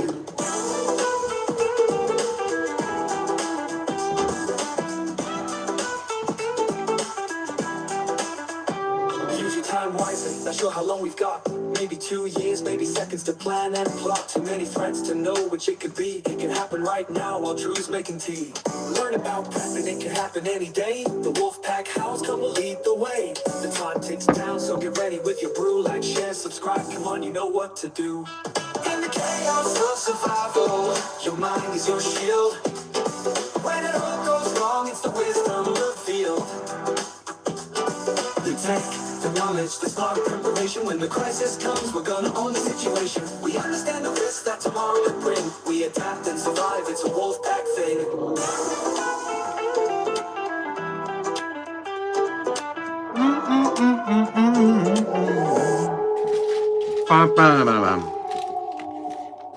Fucking hell, I enjoyed making that. I enjoyed even more writing it. Could you hear it your end, by the way? Oh, I can hear fireworks rocking. Oh, wow, look at Danger Bob in that house, man. Wow, Danger Bob. Now, he's a man I have missed dearly. And what a time for him to be popping his head up where I'm homeless in a hotel fucking Christmas Day. Oh, Jesus. I'm just cleaning a knife with a baby wipe. Because it's got like, it's had salmon and stuff. This is my last little bite.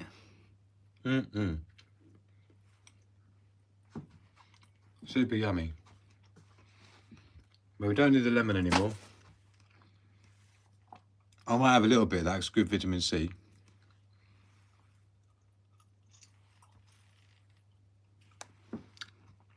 And you want to close your eyes when you're squeezing it into your mouth.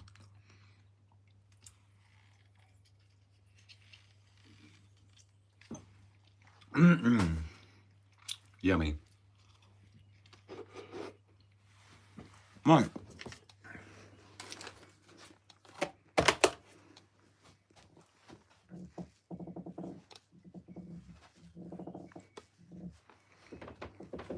Let's see what the hell's going on here. Danger Bob for a start. Bloody well love his 2 sheets. I'm just liking his super chat. Thank you so very much, Danger Bob. Got no idea. Why won't you let me love it? Don't know.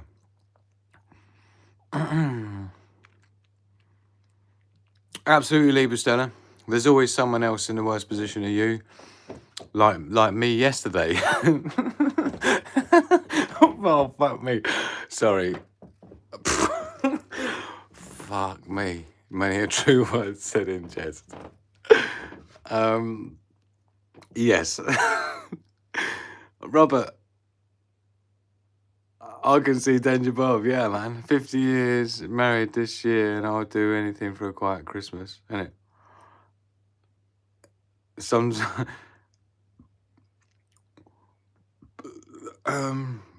David Vickers, look.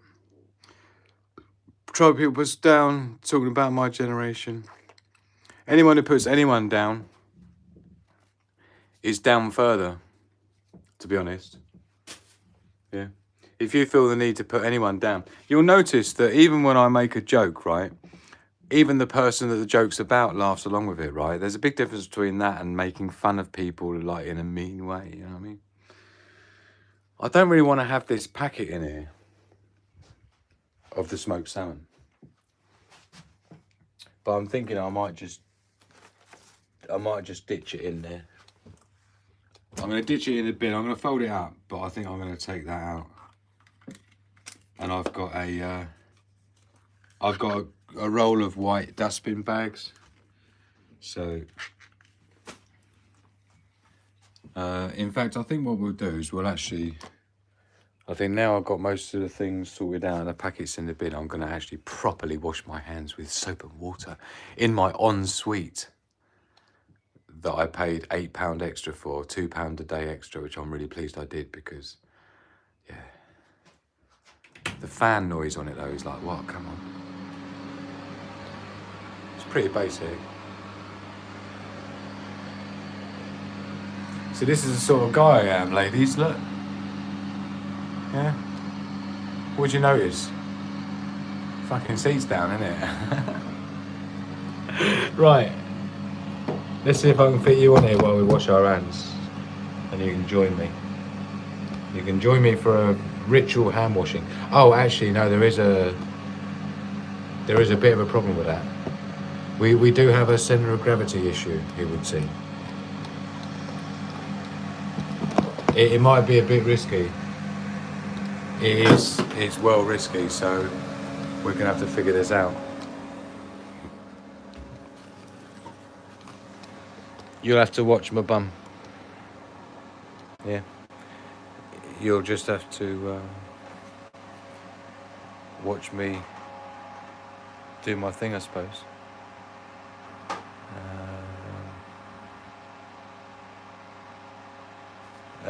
Sorry, what's going on with Danger Bob? Saying going into the ether or something. Sorry, I can't. I'm trying to read. Oh, I see. Yeah, I think all of my usual links are in the description in terms of like PayPal links and things like that. Thank you to anyone who's in a position to sort.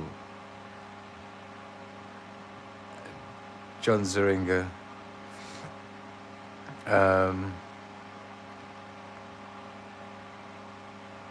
Drew has helped us all, so time to give a bit back. Thank you so much. I'm trying to get Drew notice chat. I'm noticing now, Sandy, I'm looking. What's for dessert? Oh, mince pies, goddammit, is for dessert. And Mars bars and Galaxy chocolate with caramel. So we're all right. Oh, look. Read me the number that Sigma paid. Oh, hold on. Where is he even? Oh, it's on this phone, isn't it?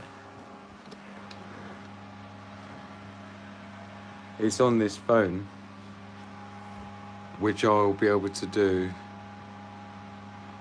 I'm trying to send you money without it getting lost in space. Right.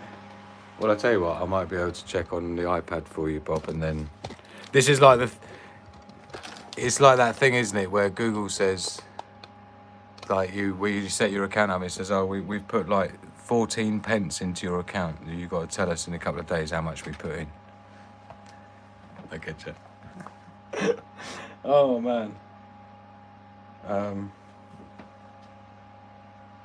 But yeah, so I mean, I'm quite given the gravity of everything. I'm already missing Hugo Bear, right? As you can imagine.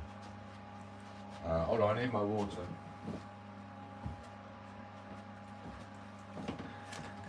I got like half of my wisdom tooth at the back. I got half of it missing. It fell out. Just it's at it, and there's another one pushing up against it. So it needs to be removed, but I just can't afford it. So I have to have my bottle of water so I can swill the bit of bread out that's stuck in there. Sorry, too much information.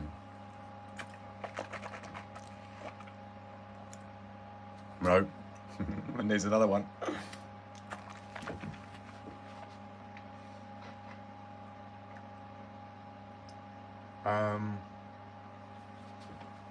God, I'm so lost. No, it's alright, we're here.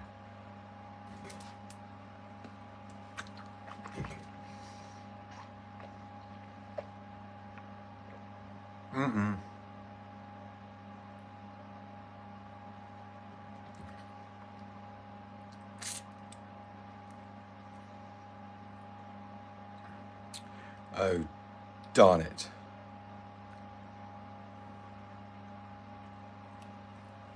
Sorry.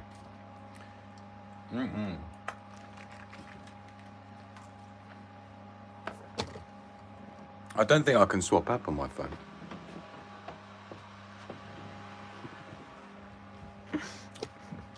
Sorry, I'm just reading. Oh, fuck me. Just reading Danger Bob message. Oh, look. Oh, okay, hold on. Sorry, I've got this centre of gravity issue that I'm working with here. If you're wondering why it keeps falling over. Because to do portrait mode, you see, I have to be...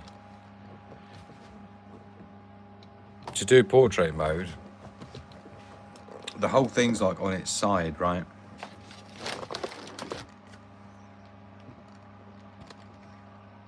Right, there we go, it's stable. I think we're all right. With my, look, my budget hotel with no lampshade. Right. No dimming of the shine. No dimming of the shine. So what happens, Drew? Why are you in a hotel for Christmas? Because I tried to phone the... I don't know what it's called. It's like some hotline, some domestic abuse hotline or something for if you're homeless, and they but they're closed, right? Because I was out on Christmas Eve, and obviously everything's shut, right? So you can't. Yeah. You call the number and they're sorry, their offices are closed, so there's no like getting you somewhere to live or anything like that. I tried calling them about 5 times and they're just closed for the Christmas period. So if you get made homeless at Christmas, by the way, everyone in the UK, just know that they don't seem to care too much, right? But anyway, that's it's just something I've got to get, I've got to get figured out. So, you know. But I've only got 3 nights left here. I've only had 4 nights. I could only afford 4 nights, and even that was expensive enough.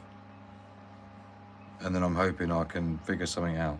But you can't.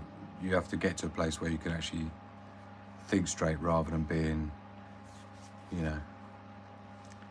So. Sorry, Danger Bob. This is. I'm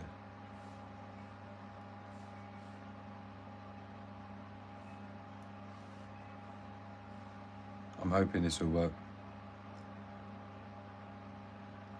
Yeah. Right, let's have a look. Got to do all this thing. See, this is the problem, right? I'm setting up all my new stuff. Well, not new stuff, but I'm setting up my, not having any of my office or anything, right? So I'm totally and utterly, like all my admin, my banking, I've got barely any access to anything. My banking,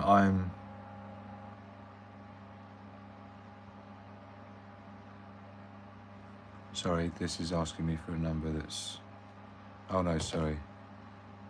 That was close. Do you know when they send you a number and it's like, it was on the notification, but I thought that's not enough numbers. Bloody hell, what an effort. So, how is everybody? Let us know what you're eating on Christmas Day.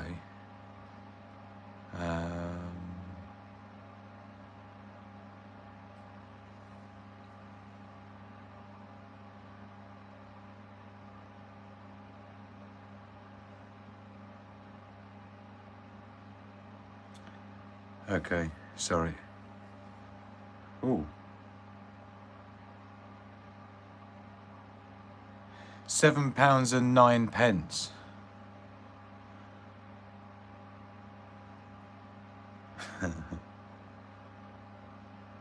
£7.09. Oh shit.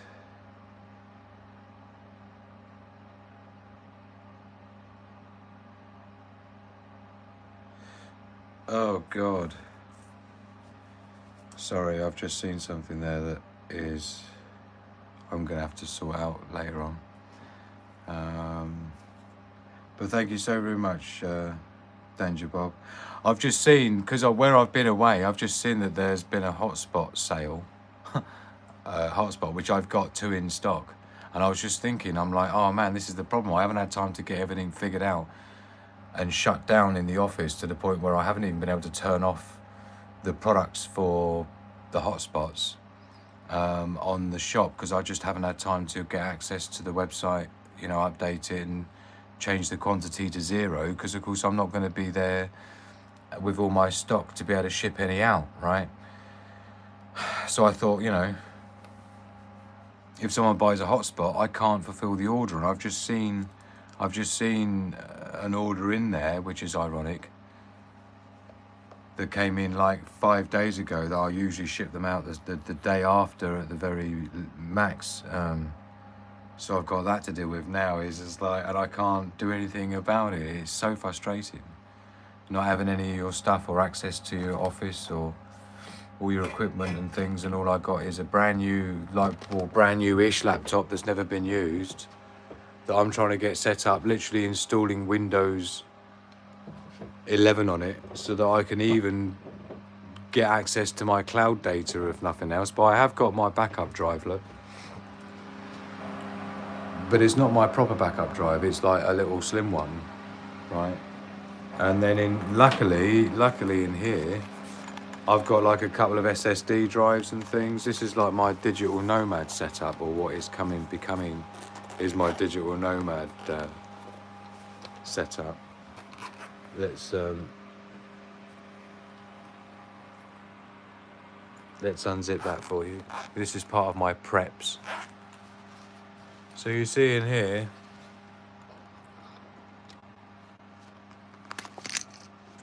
we've got like a couple of SD cards with critical backups of things. I've got this, which is a USB-C super high speed. That's an SSD external drive backup. That's got like main project files. And then this is Windows 10 installation on here. And this is Windows 11 installation on here, on this SSD. So unfortunately, and I've got another SSD drive here with some data on it that I can switch out in this caddy, which has the SSDs go inside here, you see. So this is like super high speed transfer. And when you're working with video and stuff, it's got to be, right? And I've got stuff like an SD card reader and, you know, stuff like that in here. So that's like, that's my main data.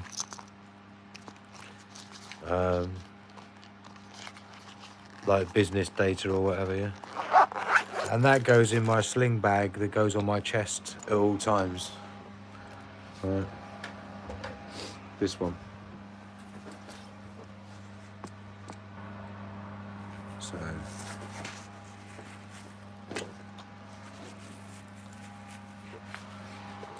Shall I model it for you?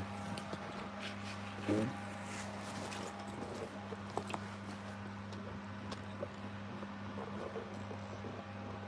Yeah. So I've got my drink here, so it can't fall out. Tagged on here. I've got another carabiner or 2 in here, I have things like got a nice torch, emergency one.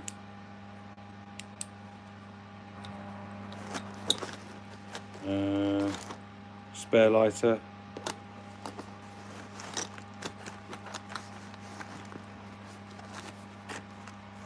I've got a Sigma Prepper wolf patch from my bug out bag.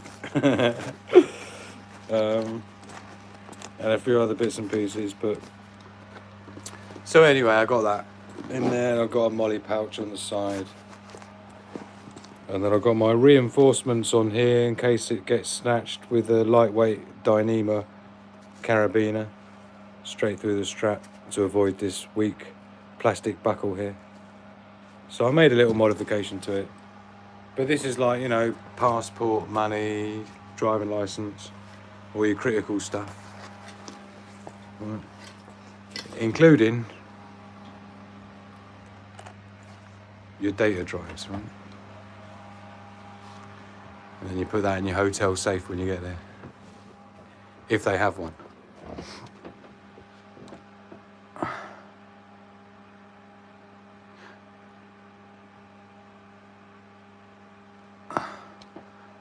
Oh, it's done that silly thing again. So it's going to take me a while to get the screen back up. It does this thing where when I try and look at the messages, oh, there we go. I think I have to just tap the thingy bob.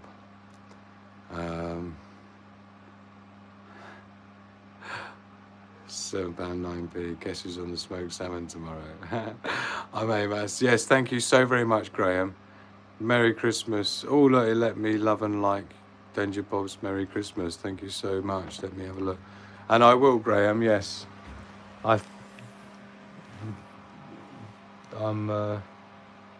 oh, shit. Stay logged in. Oh, man, it's logged me out. I think I saw something, but I was in a rush and I wasn't looking, which is rude. And now I can't get this to stay still. Oh, in fact, I could do it sitting down for a bit. Let's get my tea, and we're going to take you back to my office. Welcome to my office.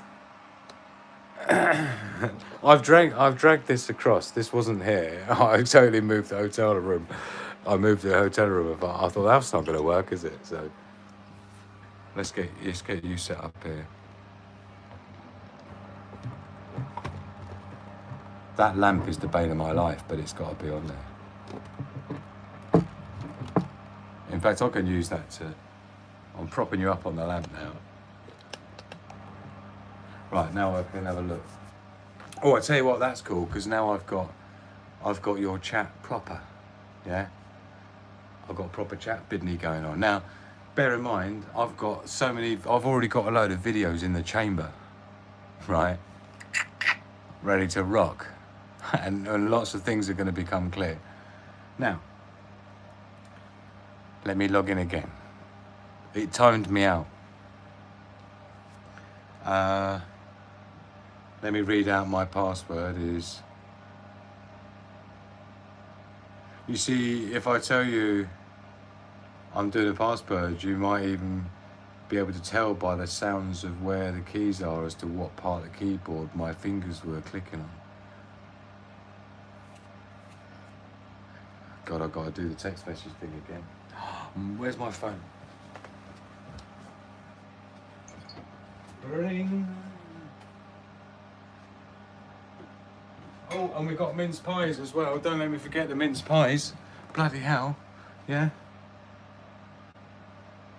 So do you know what? I reckon, although it's probably the only year ever that I haven't had anything to unwrap or any Christmas cards to open, right? Or any presents of any kind.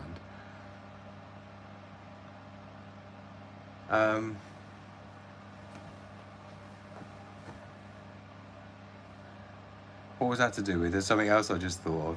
Hold on, I'll go into this coding, otherwise I'll get maced and tased.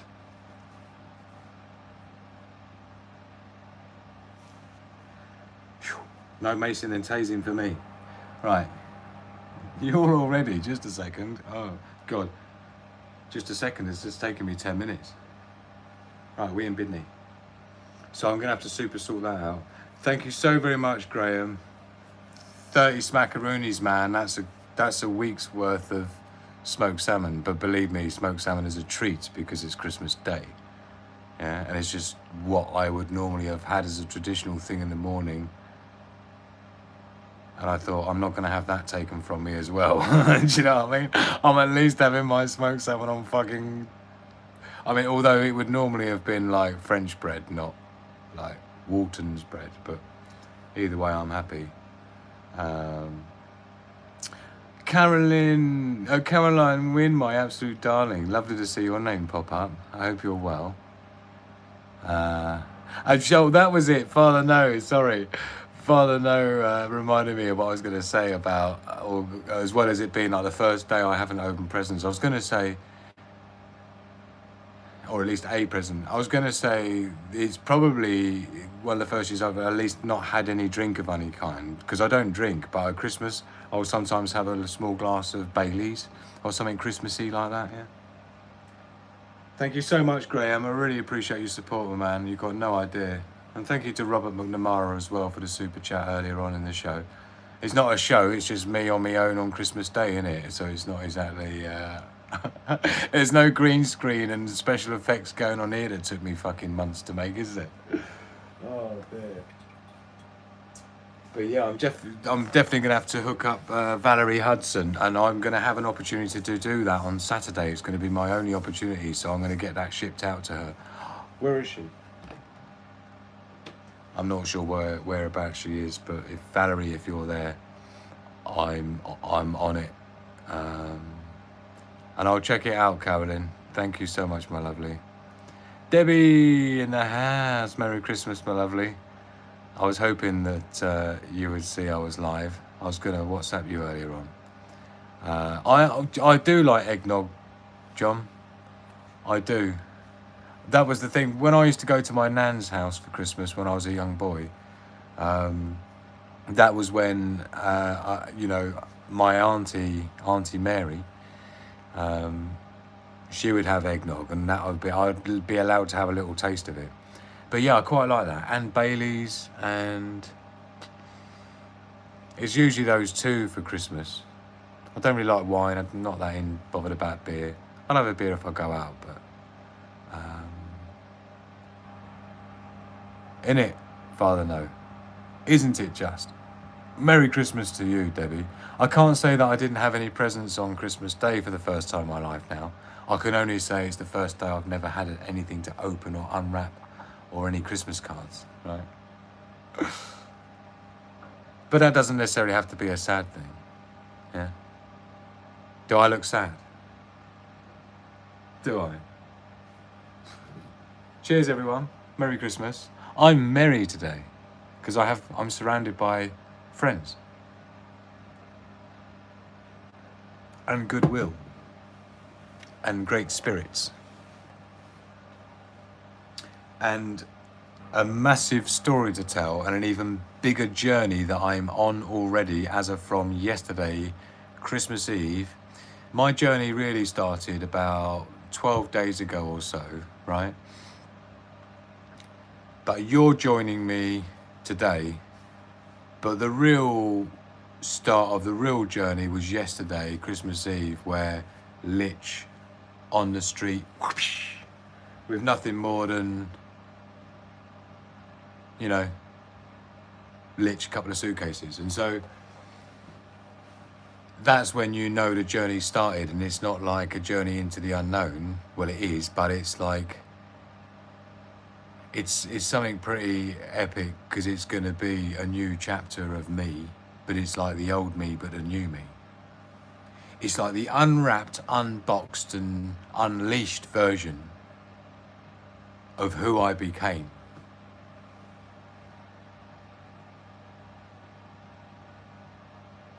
Yeah.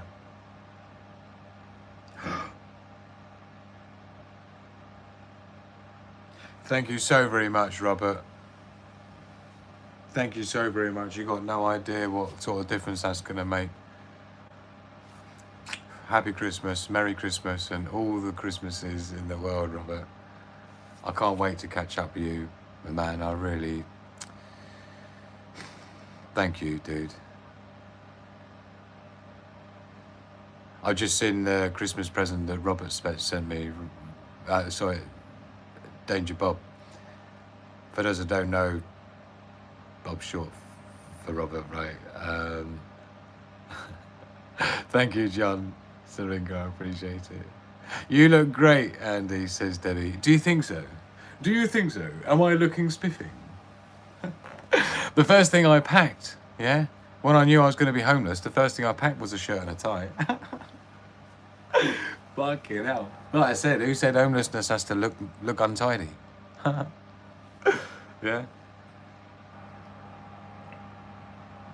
I usually don't like the way the lens makes my face look funny, but it's only because everyone knows that, you know, when you zoom in and it's like, makes things go bigger and smaller.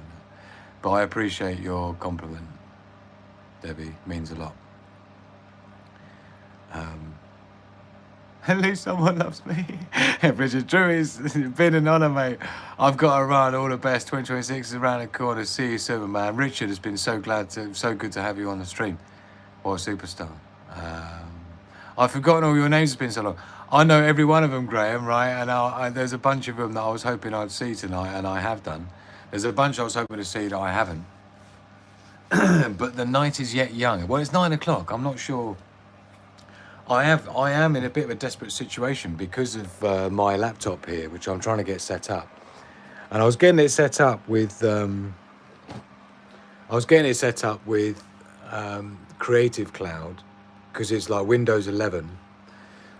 So I was putting in Adobe Creative Cloud, which is what I use to do all the video editing and graphic design and stuff like that, right? And they have a program called Fireworks. Now, Fireworks... hold on.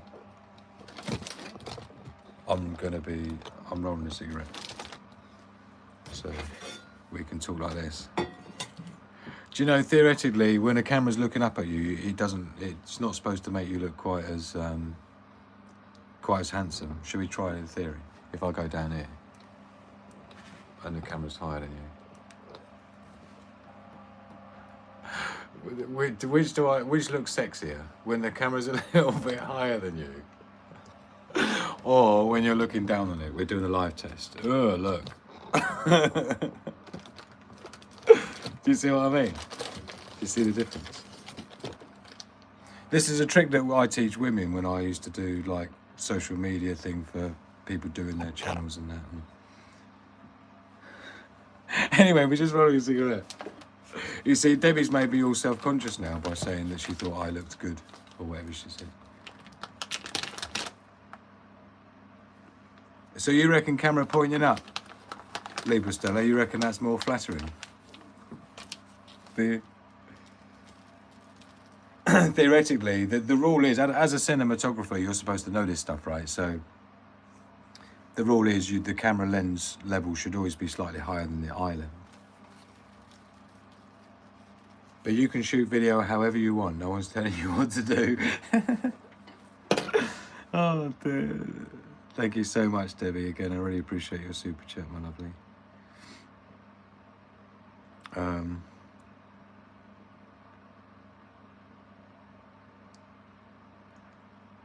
Where's Danger Bob disappeared to? I hope you haven't run away, my man. Yeah? I was just starting to feel the aura. Yeah? Like Danger Bob, right? I tell you what, this is why whenever Danger Bob is in the chat, I say everybody must kneel before. Right? For those that are long time Seaman Prepper crew can know what I'm chatting about, right? Camera down, says Debbie. Okay, good. Are you saying I look ugly now? Good. Discord tonight. Do you know, I was thinking about doing the Discord, but you know the funny thing is I haven't got anything set up on anything yet. I'm gonna be, but I got to get this laptop. I didn't even finish the story on that. Let me finish the story on first. The reason why I say Neil before anytime I see Danger Bob in the chat is because, first of all, he's a well-loved character on the show. Yeah, over time. and on my previous channel as well, the one that went viral. And the thing about Danger Bob is he has been a relentless supporter of me in so many different ways, like emotional support, sort of business mentorship almost in a way, support. You know, we would chat about things that's going on in his life and my life and that kind of support, as well as times when I've been absolutely fucked. He's just been there and gone, yeah, dude, here's a couple $100 to fucking see you through. And it's just like, I always vowed that not if, but when, yeah, my ventures like Sigma Prepper grow and take off the way they're supposed to, then that's exactly the sort of person that I will want to continue to be, as well as just helping people in the way that I do. Having the ability to help people financially as well is such a gift. It's such a gift to give. And I used to be that person back in the day in my corporate life when, you know, I wasn't trying to start a business and things, and I was paid good money for my expertise.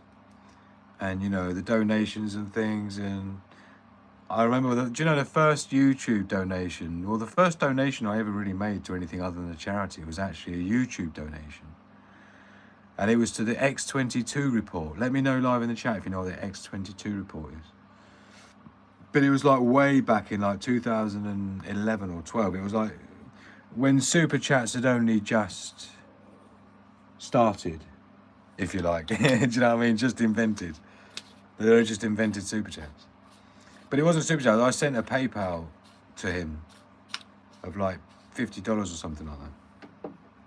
But do you know what they say about? Do you know what they say about how a donation is actually? Danger Bob had to go to the bathroom quickly to. It was because of the same reason, because Debbie was said I was looking good at the moment, Danger Bob. So I didn't know I was looking that good. He was like, fuck me, look at Drew, I'm off. I'm grabbing my wet wipes and I'm going to the... Oh, dear.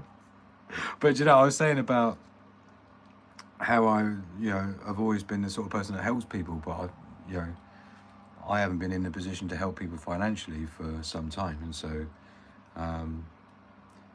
it is a true gift that you can give. And I was just saying, talking to the devil about Danger Bob, is that as well as being there for me as a friend in the background, we chat for hours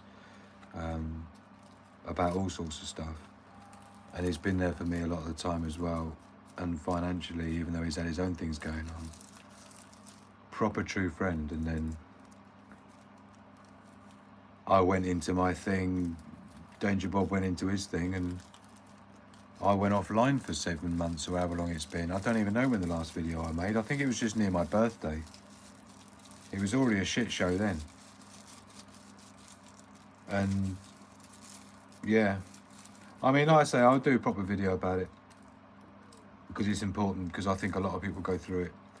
And where I came out the other side, before any of the getting kicked out and homeless and shit on Christmas Eve, right? I'm talking just generally, like internally, mindset not being right. And you know, there's a video that you'll see that is already in the chamber. I got to put the butter outside in the freezing cold because of lack of a. There is a shared fridge in this hotel downstairs, but I don't trust it, so I ain't never no one steal my butter. So we're gonna pop it down there next to my milk. We're not doing too. I stole that. I stole that from home before I left, or before I was removed.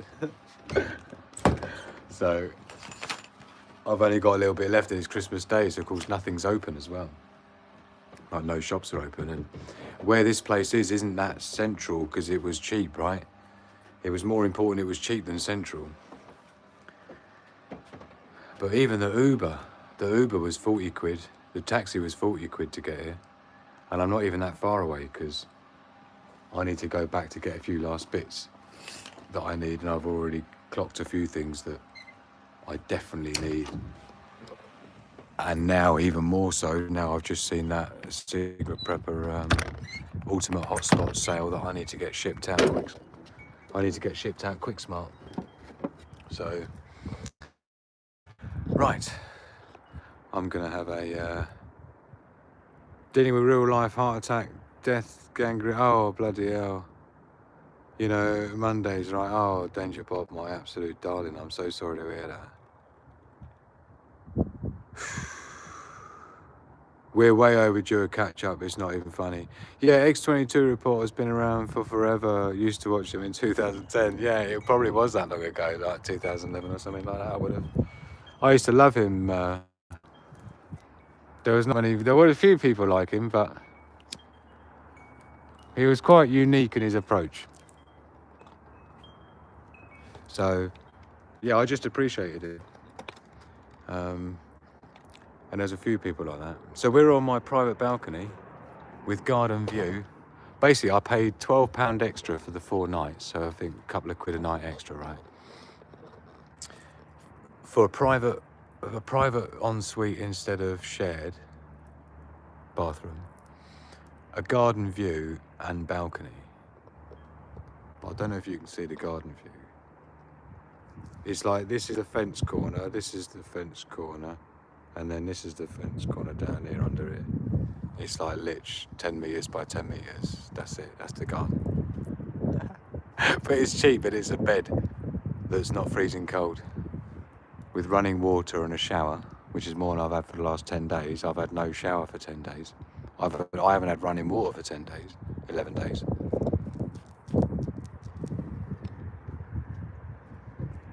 I've had a hard, cold floor. No toilet, no running water, no shower. Having to get bottled water. But you saw my filter I bought myself. That was a good investment because the amount I was burning through in bottled water from the shop is not even funny. In England, a bottle of water is like £2-3 a pop, man. And I was doing like 2 of them a day at least.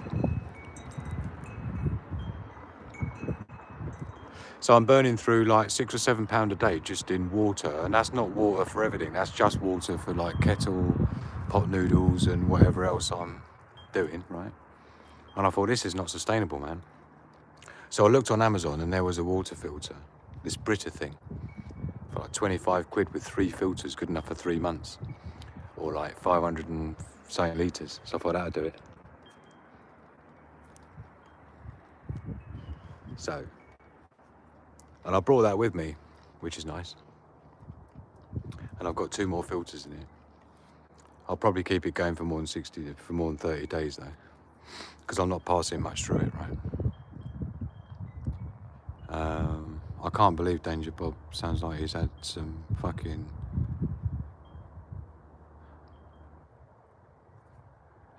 breath. Yeah, Danger Bob. Oh dear. Yeah, well overdue, man. Something nice to drink, what you have. Good teaspoon of honey and a chunk of your lemon. Squish the lemon, especially stabbing the skin so the oils come out. Yummy. That sounds lovely, Carolyn. The green Manalishi, that sounds... I didn't see green Manalishi coming in. Did I? I'm guessing it's alive. I clocked you straight away. Oh, hold on. Have I got this not set to show me the comments in order of... I don't think I get to choose on this app on the smartphone mobile version. It's super limited. But you know what I did bring? Right, I'm probably the only homeless dude who's got a proper decent webcam that I can use with my laptop, because that small laptop that I've got that's good for portable stuff is pretty capable, but it needs some upgrades on it. But it's good for portable stuff. Yeah, I'm having to reinstall Windows on it. Have you got a Brita filter, Debbie? It's quite nice. Mine's the one that goes in the fridge door. So I was thinking it might go in my suitcase, and it does. So yeah, that was a good buy. Sorry, I just had a flash of things go through my mind that I need to get figured out. Quick look smart. Sorry, I just had a bit of a shock when I looked at the thing and I saw there'd been a sale of a ultimate hotspot, so I need to get that shipped out. It's definitely not getting there before Christmas, obviously, because it's Christmas already, but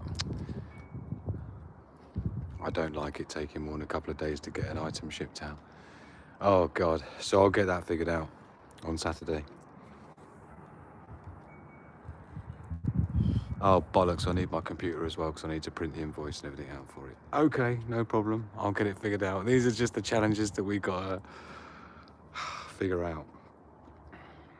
Okay, I think I'm alright with it. I think I can prepare it here on the laptop before I go to pick it up. Thinking out loud. I've got to go, Runga. Wishing you all a Merry Christmas. Absolutely. Thank you so much, Runga. It's been so lovely having you with me. Hop on a bus to Debbie's, mate, he says.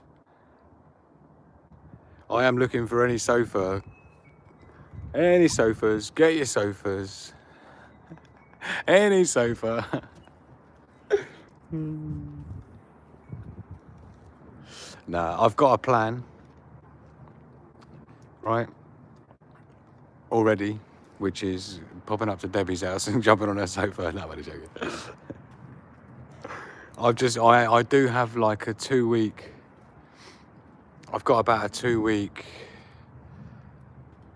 I was trying to see if I was able to stay until the middle of January, but apparently not. The power got turned off, so I was forced out anyway, and then given a deadline. So that's the time I needed to get ready to even go anywhere, to even have anywhere to go, which is why I'm in a hotel. So it's put a bit of a spanner in the works because I would have been alright in about 2 weeks' time. Well, not alright, I'm never going to be alright at this point. Well, I am, but as in, depending on your definition of alright, yeah, in the short term. So that's a bit tricky. So it's that 2 week period, like from now until the middle of January, that's the problem for me. And even then after that, it's an even bigger problem, but it's a different problem. And again, I'll be doing videos entirely, you'll be coming with me on this journey of starting from nothing. The art of stoicism and survival. So we're going from Sigma Prepper to Sigma Survivaling.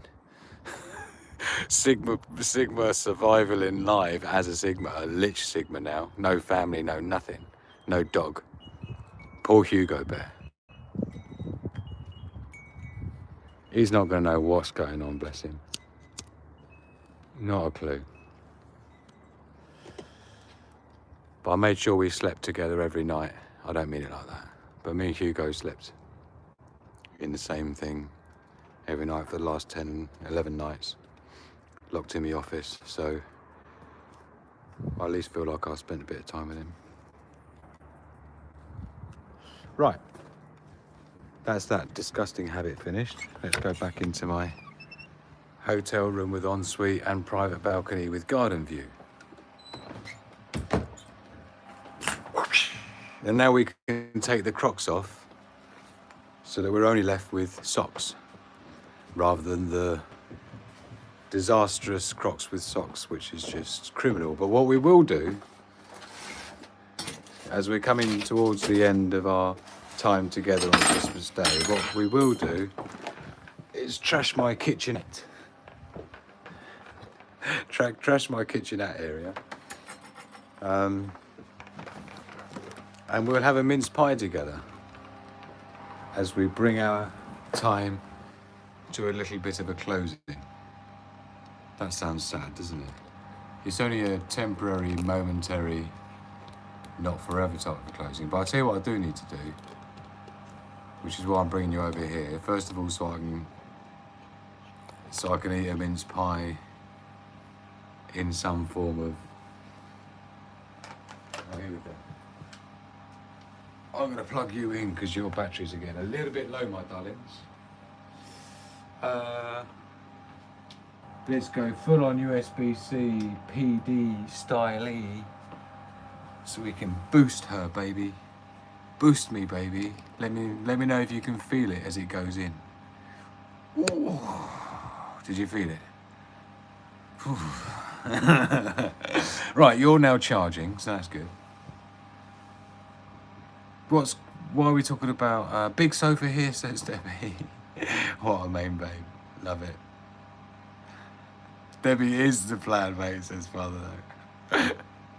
Oh dear. Yeah.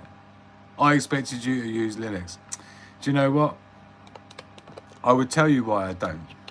I use so many specialist things that kind of needs so much support that it's just the Linux thing is not worth the ag. It's super not worth the ag. And if you know what you're doing, there's nothing less or more secure about it, if you know what I mean. Anyway. Mince pies. Happy Merry Christmas, everybody. I lied, there's 3 left. So this is a box of 6, so the question is, are my mince pies half full or half empty?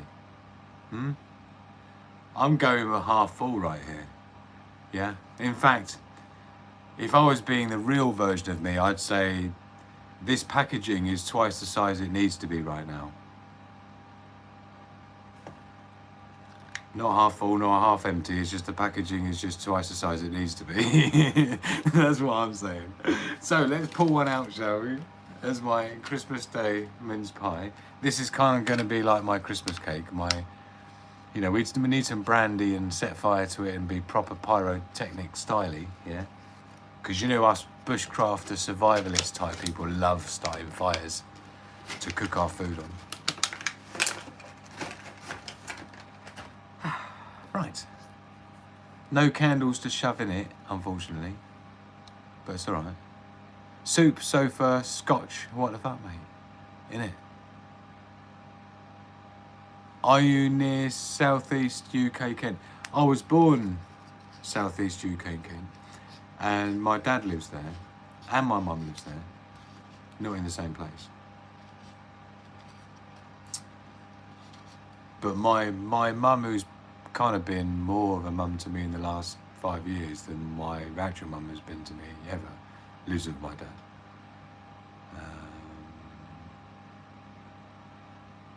I'm willing to overlook the food baby belly, Debbie.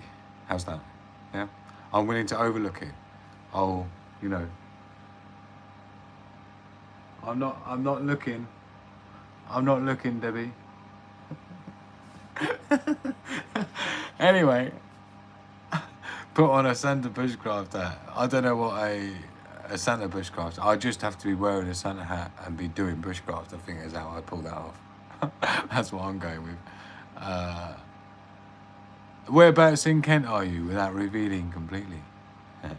But when I'm down there, it's part of my journey, and part of my journey is going to include Southeast Kent, put it that way. Don't worry, Graham. We'll be hooking up. Yeah, your sofa will be one of my most looking forward to sofas. What are you talking about, Graham?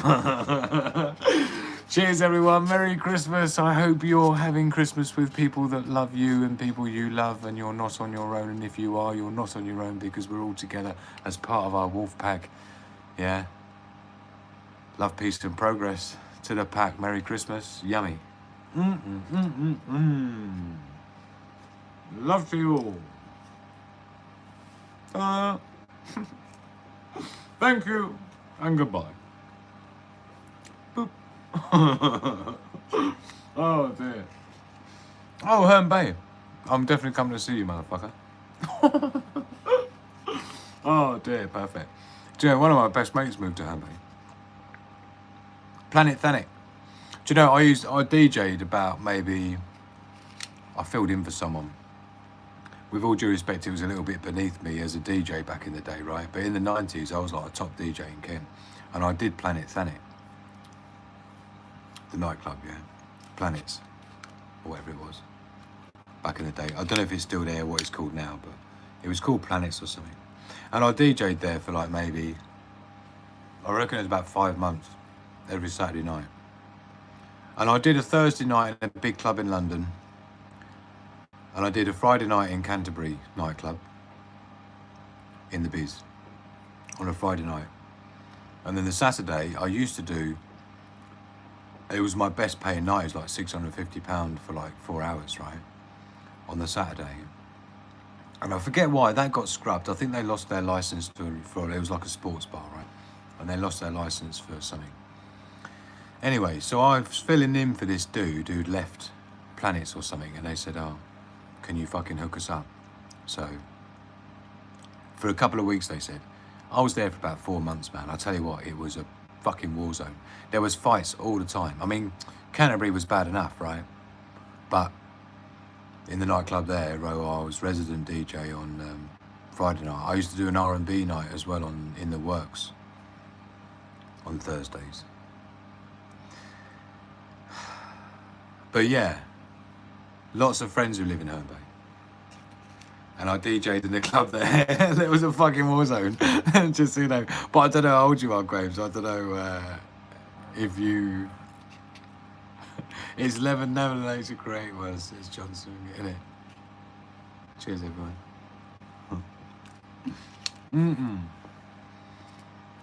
I've just seen 150 minutes.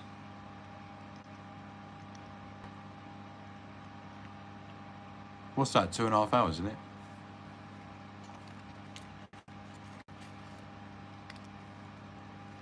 Yeah. Don't know why that took me so long to work out. It's like when you're live on it doesn't tell you how many minutes and hours, it just says live 151 minutes. It's like, what's that in real money? Oh man. What is even the time? 9:34. We're alright. I've got to reformat and reinstall this entire laptop. I can't believe it, man.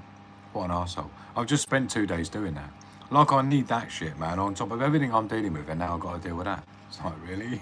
Fucking hell. What did I ever do to anyone or anything ever in my entire life to deserve any of this? It's quite amazing. But you know what? Someone said to me something once, even years ago, before even going through this shit. He said, people like you who get thrown shit like this, they get thrown it for a reason, because when you come out the other side, you are so fucking invincible compared to someone who's never known hardship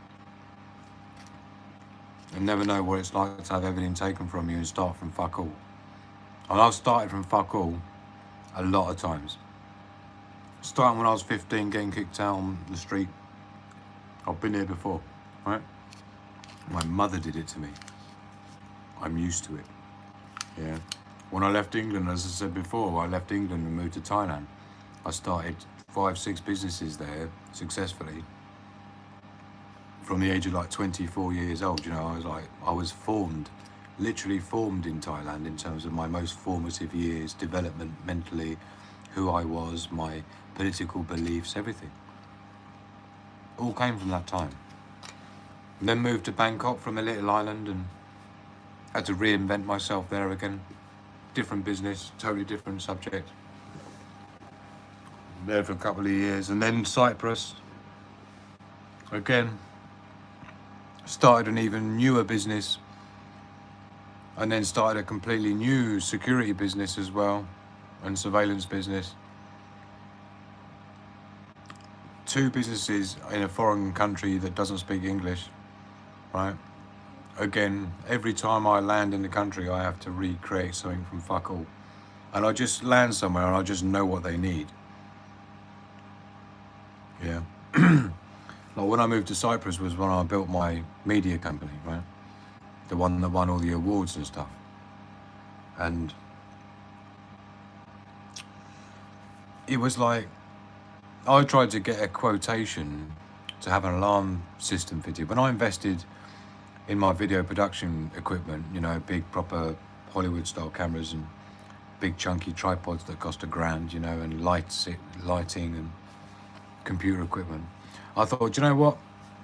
I mean, Cyprus isn't too bad in terms of the crime. It's not like the UK, but I thought it would be interesting to see how much it is to have an alarm system fitted, right? And because we were in rented accommodation in Cyprus, it was like needed to be wireless because we couldn't have like wires put in and shit, right? So I tried to get a couple of quotes for security alarms. Fucking hell. I mean, I appreciate, obviously, I'm a electronic and prototyping engineer and a programmer in 13 different programming languages, right? I don't expect everyone to be like that. But if you're selling alarm systems, you would know what you fucking hell you're talking about. And these dudes didn't have a clue, man. 3 people I got to come and give me a quote. One dude didn't even give me a fucking price. I never heard from him again. Another dude showed me a little pamphlet. Oh, well, it kind of looks like this and it kind of does that and it kind of like, you know, right? And then I'll get back to you with a price. And then he didn't, and I chased him up and he was like scrambling around. I could hear him in the background scrambling around. Then he just threw some price at me, about €2,000. I was like, what the fuck? And then the other dude who I had to get a quote, I came home one day from shopping and there was a piece of paper on the floor, and I'm talking like, you know, like where you get the ring binder notepad, right? You just pull it off and you got like the little bits still attached from the ring binder so you can see where it's come out of, right? Not like nice perforated, but like, so he's just ripped this thing out, written in fucking pencil, like €2,400. I'm like, what the fuck? This is the dude who'd shown me the little pamphlet thing that was like, it kind of looks like this. And I just thought, wow, man, is that it? This is bad news, man. So I just knew I'm going to start a fucking security company here because these muppets ain't got a clue. Because I looked online and I saw what I could get from my old distributor when I was living in the UK doing electronic engineering, right? And it's like a proper supply of electronic stuff. And I did a deal with him basically, and I got him in. I was the sole importer to Cyprus of this system that was put this other system that everyone was. Oh, that's the other thing. Everybody was selling the same alarm system. These 3 businesses all quoted me for exactly the same fucking alarm system. So I thought, well, that's the first thing, is it's going to have to be not that alarm system. I'll get one that's better. And sure enough, the one I found had all sorts of options. It had like pet immune PIR sensors, motion sensors, rather than just motion sensors. You had the pet immune versions. They had smoke alarms as well to go with it, vibration sensors, glass smash, sound detection sensors, like wireless, you can just optional extra and shit. And like a proper 3G SIM card optional, like for like 150 quid, you get the circuit board that I'd plug in and data SIM, and it will send you text messages and stuff like that. If you know, say smoke or fire kitchen or intruder back door, something like that. And you can, it had also home automation option that you could plug in circuit board to be able to turn lights on and off with a text message. And this was like back in the noughties, man. Yeah, and this is back in 2008 and shit. I was doing that. And my marketing was spot on. And I had a full fucking working mod-like system that I used to show in their living room, plug it into their mains, bop, bop, bop, on it goes, all the stuff, couple of motion sensors, wireless, bit of double-sided tape on it, pop it on the little counter or on the fireplace and that. I'd already pre-programmed the panel to be the customer or the person who's having the quotations phone number, so when it triggers, it sends them the text message. It was all figured out. So this is just an example of when you're, you know, when I land in somewhere and I've got to start from scratch somewhere, it's just like, I don't just do the same thing I've always done. I just look at what the environment needs. What hasn't it got? What could I wipe the floor with here, right? And then it was just security alarm systems companies. And my company became the best company in the whole country. Yeah, I did an exclusive deal with the most famous home insurance company in Cyprus, so that if somebody had one of my alarm systems fitted, they get a 20% discount on their home insurance. No one else could guarantee that shit. That was a 2-hour conversation, negotiation, having a right fucking laugh with the CEO of the fucking insurance company. Yeah. I spent my life doing deals like that for every other fucker out there. That's what I used to do, right? And so this is no different, right? This is like, I've already built Sigma Prepper. I've already built my other business-to-business thing, services, right? They just both need to be grown. And the only thing it's going to take to grow them is just me showing up. But as I've already said in a video that you'll see soon, which is going to explain a bit more about why I'm here Christmas Day on my own in a hotel room and was kicked out on the street Christmas Eve, right?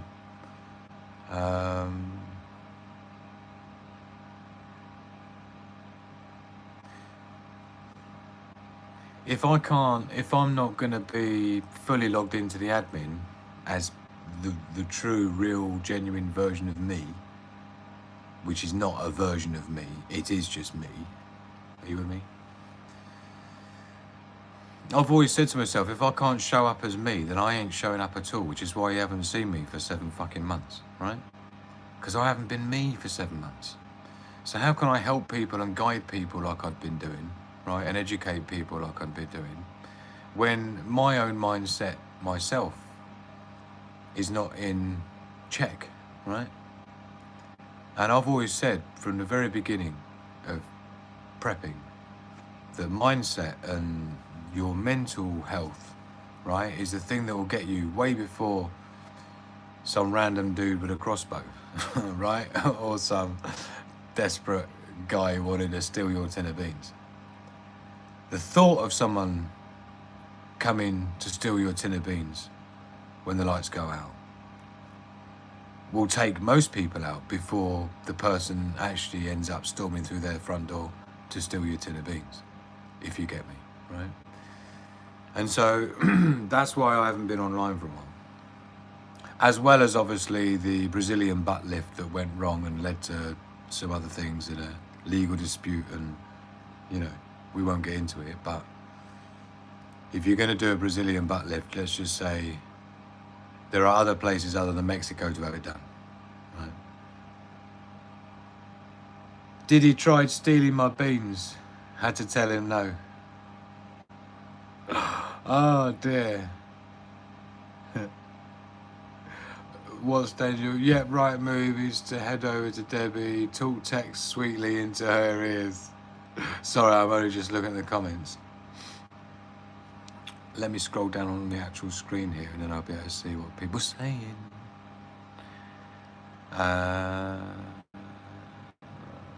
We are old, very old. Who's this we, Graham? I'm not old, look at me, I'm like 28 or something.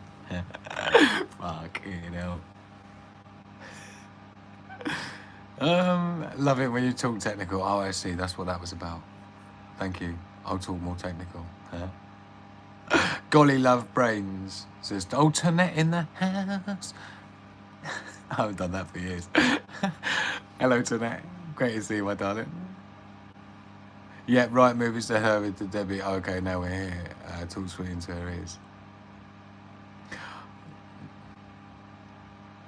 Have you ever been to a Diddy party before, says Bob the Knob. Should I guess the clues in the name here or what? Not willingly, not knowingly. Yeah. If I have ever been to a Diddy party, right, it was not willingly and it wasn't knowingly. That's why I can say with a truth detector test attached to me by the FBI or by being gitmoed and waterboarded, that would be the answer I'd have to give for that one. I'm trying to get me an invite to the welcome home party. Isn't that going to be a slippery fucking affair? If you know what I mean by that, and all the fucking baby oil and shit going down, right? Properly slippery affair.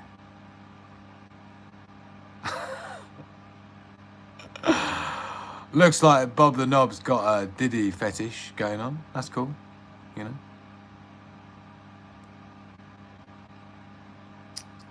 Ken Dodd party. Good answer, Drew.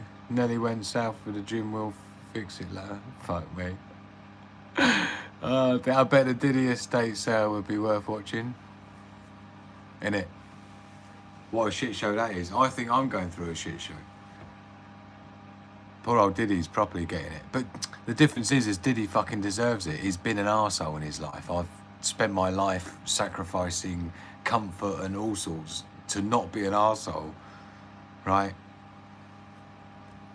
The fact that people call me a scary wizard and stuff like this with the things I could do to people if I chose to. Yes, that's the whole point, is if you chose to, right? You ever heard that thing about You ever heard that expression? A good man is not a man who can do no harm. A good man is a dangerous man that chooses not to. Let me know live in the chat if you've heard of that before. Right? And I totally agree with that, and I identify with that. Because you get these dudes who are like proper effeminate and like might as well be women, and they say, "Oh, I'm such a gentleman and I'm so harmless." It's like, nah, that's not really what harmless and safe is, right? Harmless and safe is someone who, you know, I brown belt in mixed martial arts and stuff, right? And I'm not a small dude.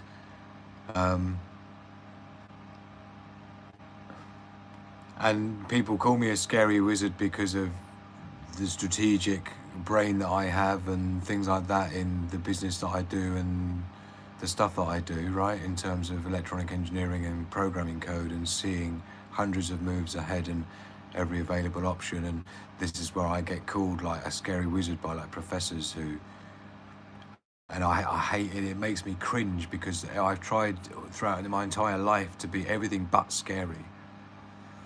I've tried everything in my life to not use my abilities, to not use my intelligence, to not use my emotional intelligence and things to do harm. It was difficult enough in sales for the first 10 years of my working life, or 5 years, you know, doing sales, because you're almost like, it's like a seduction in a way. And you are taking advantage of a slightly higher than average understanding of psychology, right? And the behavioral, just the cognitive engine that results in behavior. You know, if you study that long enough and you understand it well enough, then you can certainly use that for harm, right? And this is where, so this is the point. It's like, but when you spend your life choosing not to ever use any of these things for harm, despite knowing the great harm that you could do at a flick of a wrist, and I don't mean physically here, I just mean, you know, the reason people call me scary wizard, right? It's like, it's really frustrating when you've lived a life of such restraint that then you end up getting treated in a way that you may as well have gone through life acting like that. Do you know what I mean? And so that going through that and then choosing never to use any of that to ever harm anyone, no matter what they've done to me, even like revenge and shit, right? I had this conversation actually with someone the other day. I have literally never ever in my entire life, I couldn't think of a single occasion I've ever taken revenge on someone. Yeah. I don't even like putting a bad comment on someone's video. I'd rather just not put a comment at all and say nothing. Like, my rule has always been, if you can't be nice, at least be funny. If you can't be nice, at least try to be funny. Do you know what I mean? Fuck me. Anyway, sorry, I've been babbling. I don't even know what I'm chatting about. Oh man, it's doing that thing again. Baby oil works great in hydraulic oil bicycle brakes. Does it? That's a good switch out. I like it. I like it. Right, let's catch up. What will go on? Toadette, please let us know. I've been wondering. I need to duck right out again. Do you take maybe see you again soon? Definitely, I'm here all the time now because you're following me on my journey. Yeah, on my new chapter. Fully logged in to the fucking admin. Drew Law all the way. Yeah, solid. No messing about. Yeah, no messing about. Look at Lasme in the house. You missed my hotel room tour, Lasme. Look, on my own in a hotel room, kicked out on Christmas Eve. No presents to open, no cards to open or presents to unwrap. But we're doing a live stream, because why not? Love, peace and progress to the Wolfpack. Love to you all, including you, Lasmi, my absolute darling. And look at you with your well-deserved yellow star. Bloody love you. Thank you, everyone, for sharing your equally lonely Sigma type of a Christmas day. I don't know how many of you are in a hotel right now, homeless, but here we are. I think I'm nearly ready to make another cup of tea, to be honest. I'm not sure. I've had my mince pie. I've got 2 mince pies left, and we are on a budget, so we're gonna have to tuck those away. They're just a treat. Oh man. Sorry to hear that. I love you too, my darling. We're all good, you know me. If you can make an insult light-hearted, it's fine. Isn't that right, Hybrid Cypher? Do you know, Lord, like I say, if you can't be nice, at least try to be funny. Right? It's that same thing. But even when I'm funny, I don't mean to sound like, but if I use humour as a way of diffusing a situation and it's targeted at someone, there are styles of humour that are de-escalatory and there's others that are not. Like, so for example, if I make a joke out of something, but there's obviously some honesty in the way I'm joking about it, it will be done in a way that even the person that it's targeting will laugh at it. Do you know what I mean? I've never done that whole thing where you're making a joke about someone else in front of them and the whole room's laughing at them. Even that feels uncomfortable. Even though psychologically I could cut that person down in like 100 different ways right now if I chose to. But it's the choosing not to. Like in a split second, I'll have like 100 different things that I could say, and my brain sort of maps out what the fallout would be from each thing and what response I'd likely get, and therefore what my response would be back to that, and which one creates most options and which ones create least options, which is escalatory, which is de-escalatory. And it does all these calculations like real time. Yeah. I mean, it's a little bit more than just thinking before you speak, put it that way, right? And it's the choosing not to. It's the choosing the one that's the one that makes everybody laugh. And perhaps my message is slightly more hidden in there in an Alfred Hitchcock kind of a way. In terms of psychology, the Alfred Hitchcock effect, for those that don't know, is the same as in filming, which is where I learned it. But it's the same in psychology, right? Because it is psychology.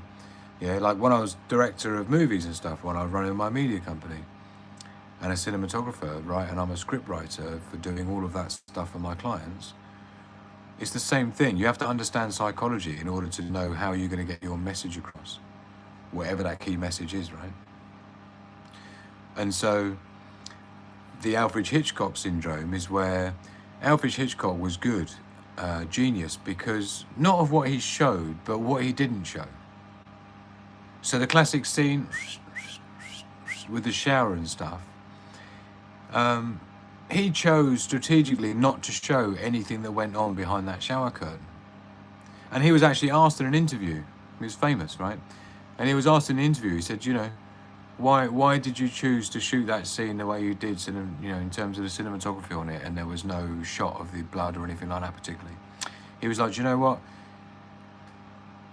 I could have made the most gruesome scene that I could have ever made for that scene, for that shot. But he said, you know what?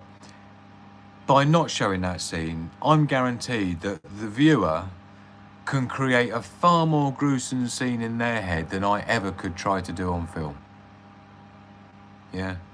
Because everybody's got their own little thing that's their pain point, or that's their little hot spot, or their little niggly bit that's like, oh, don't touch that, or, oh, yeah, everyone's got their ick, right? And everyone's ick is slightly different when it comes to a shower scene where you're getting hacked to death, right? But assuming that's the context of it. Do you see the power in that? And so by not showing that scene, what you've done is you've forced that person to have to conjure it up in their head, which is why they say when you read a book, it's far more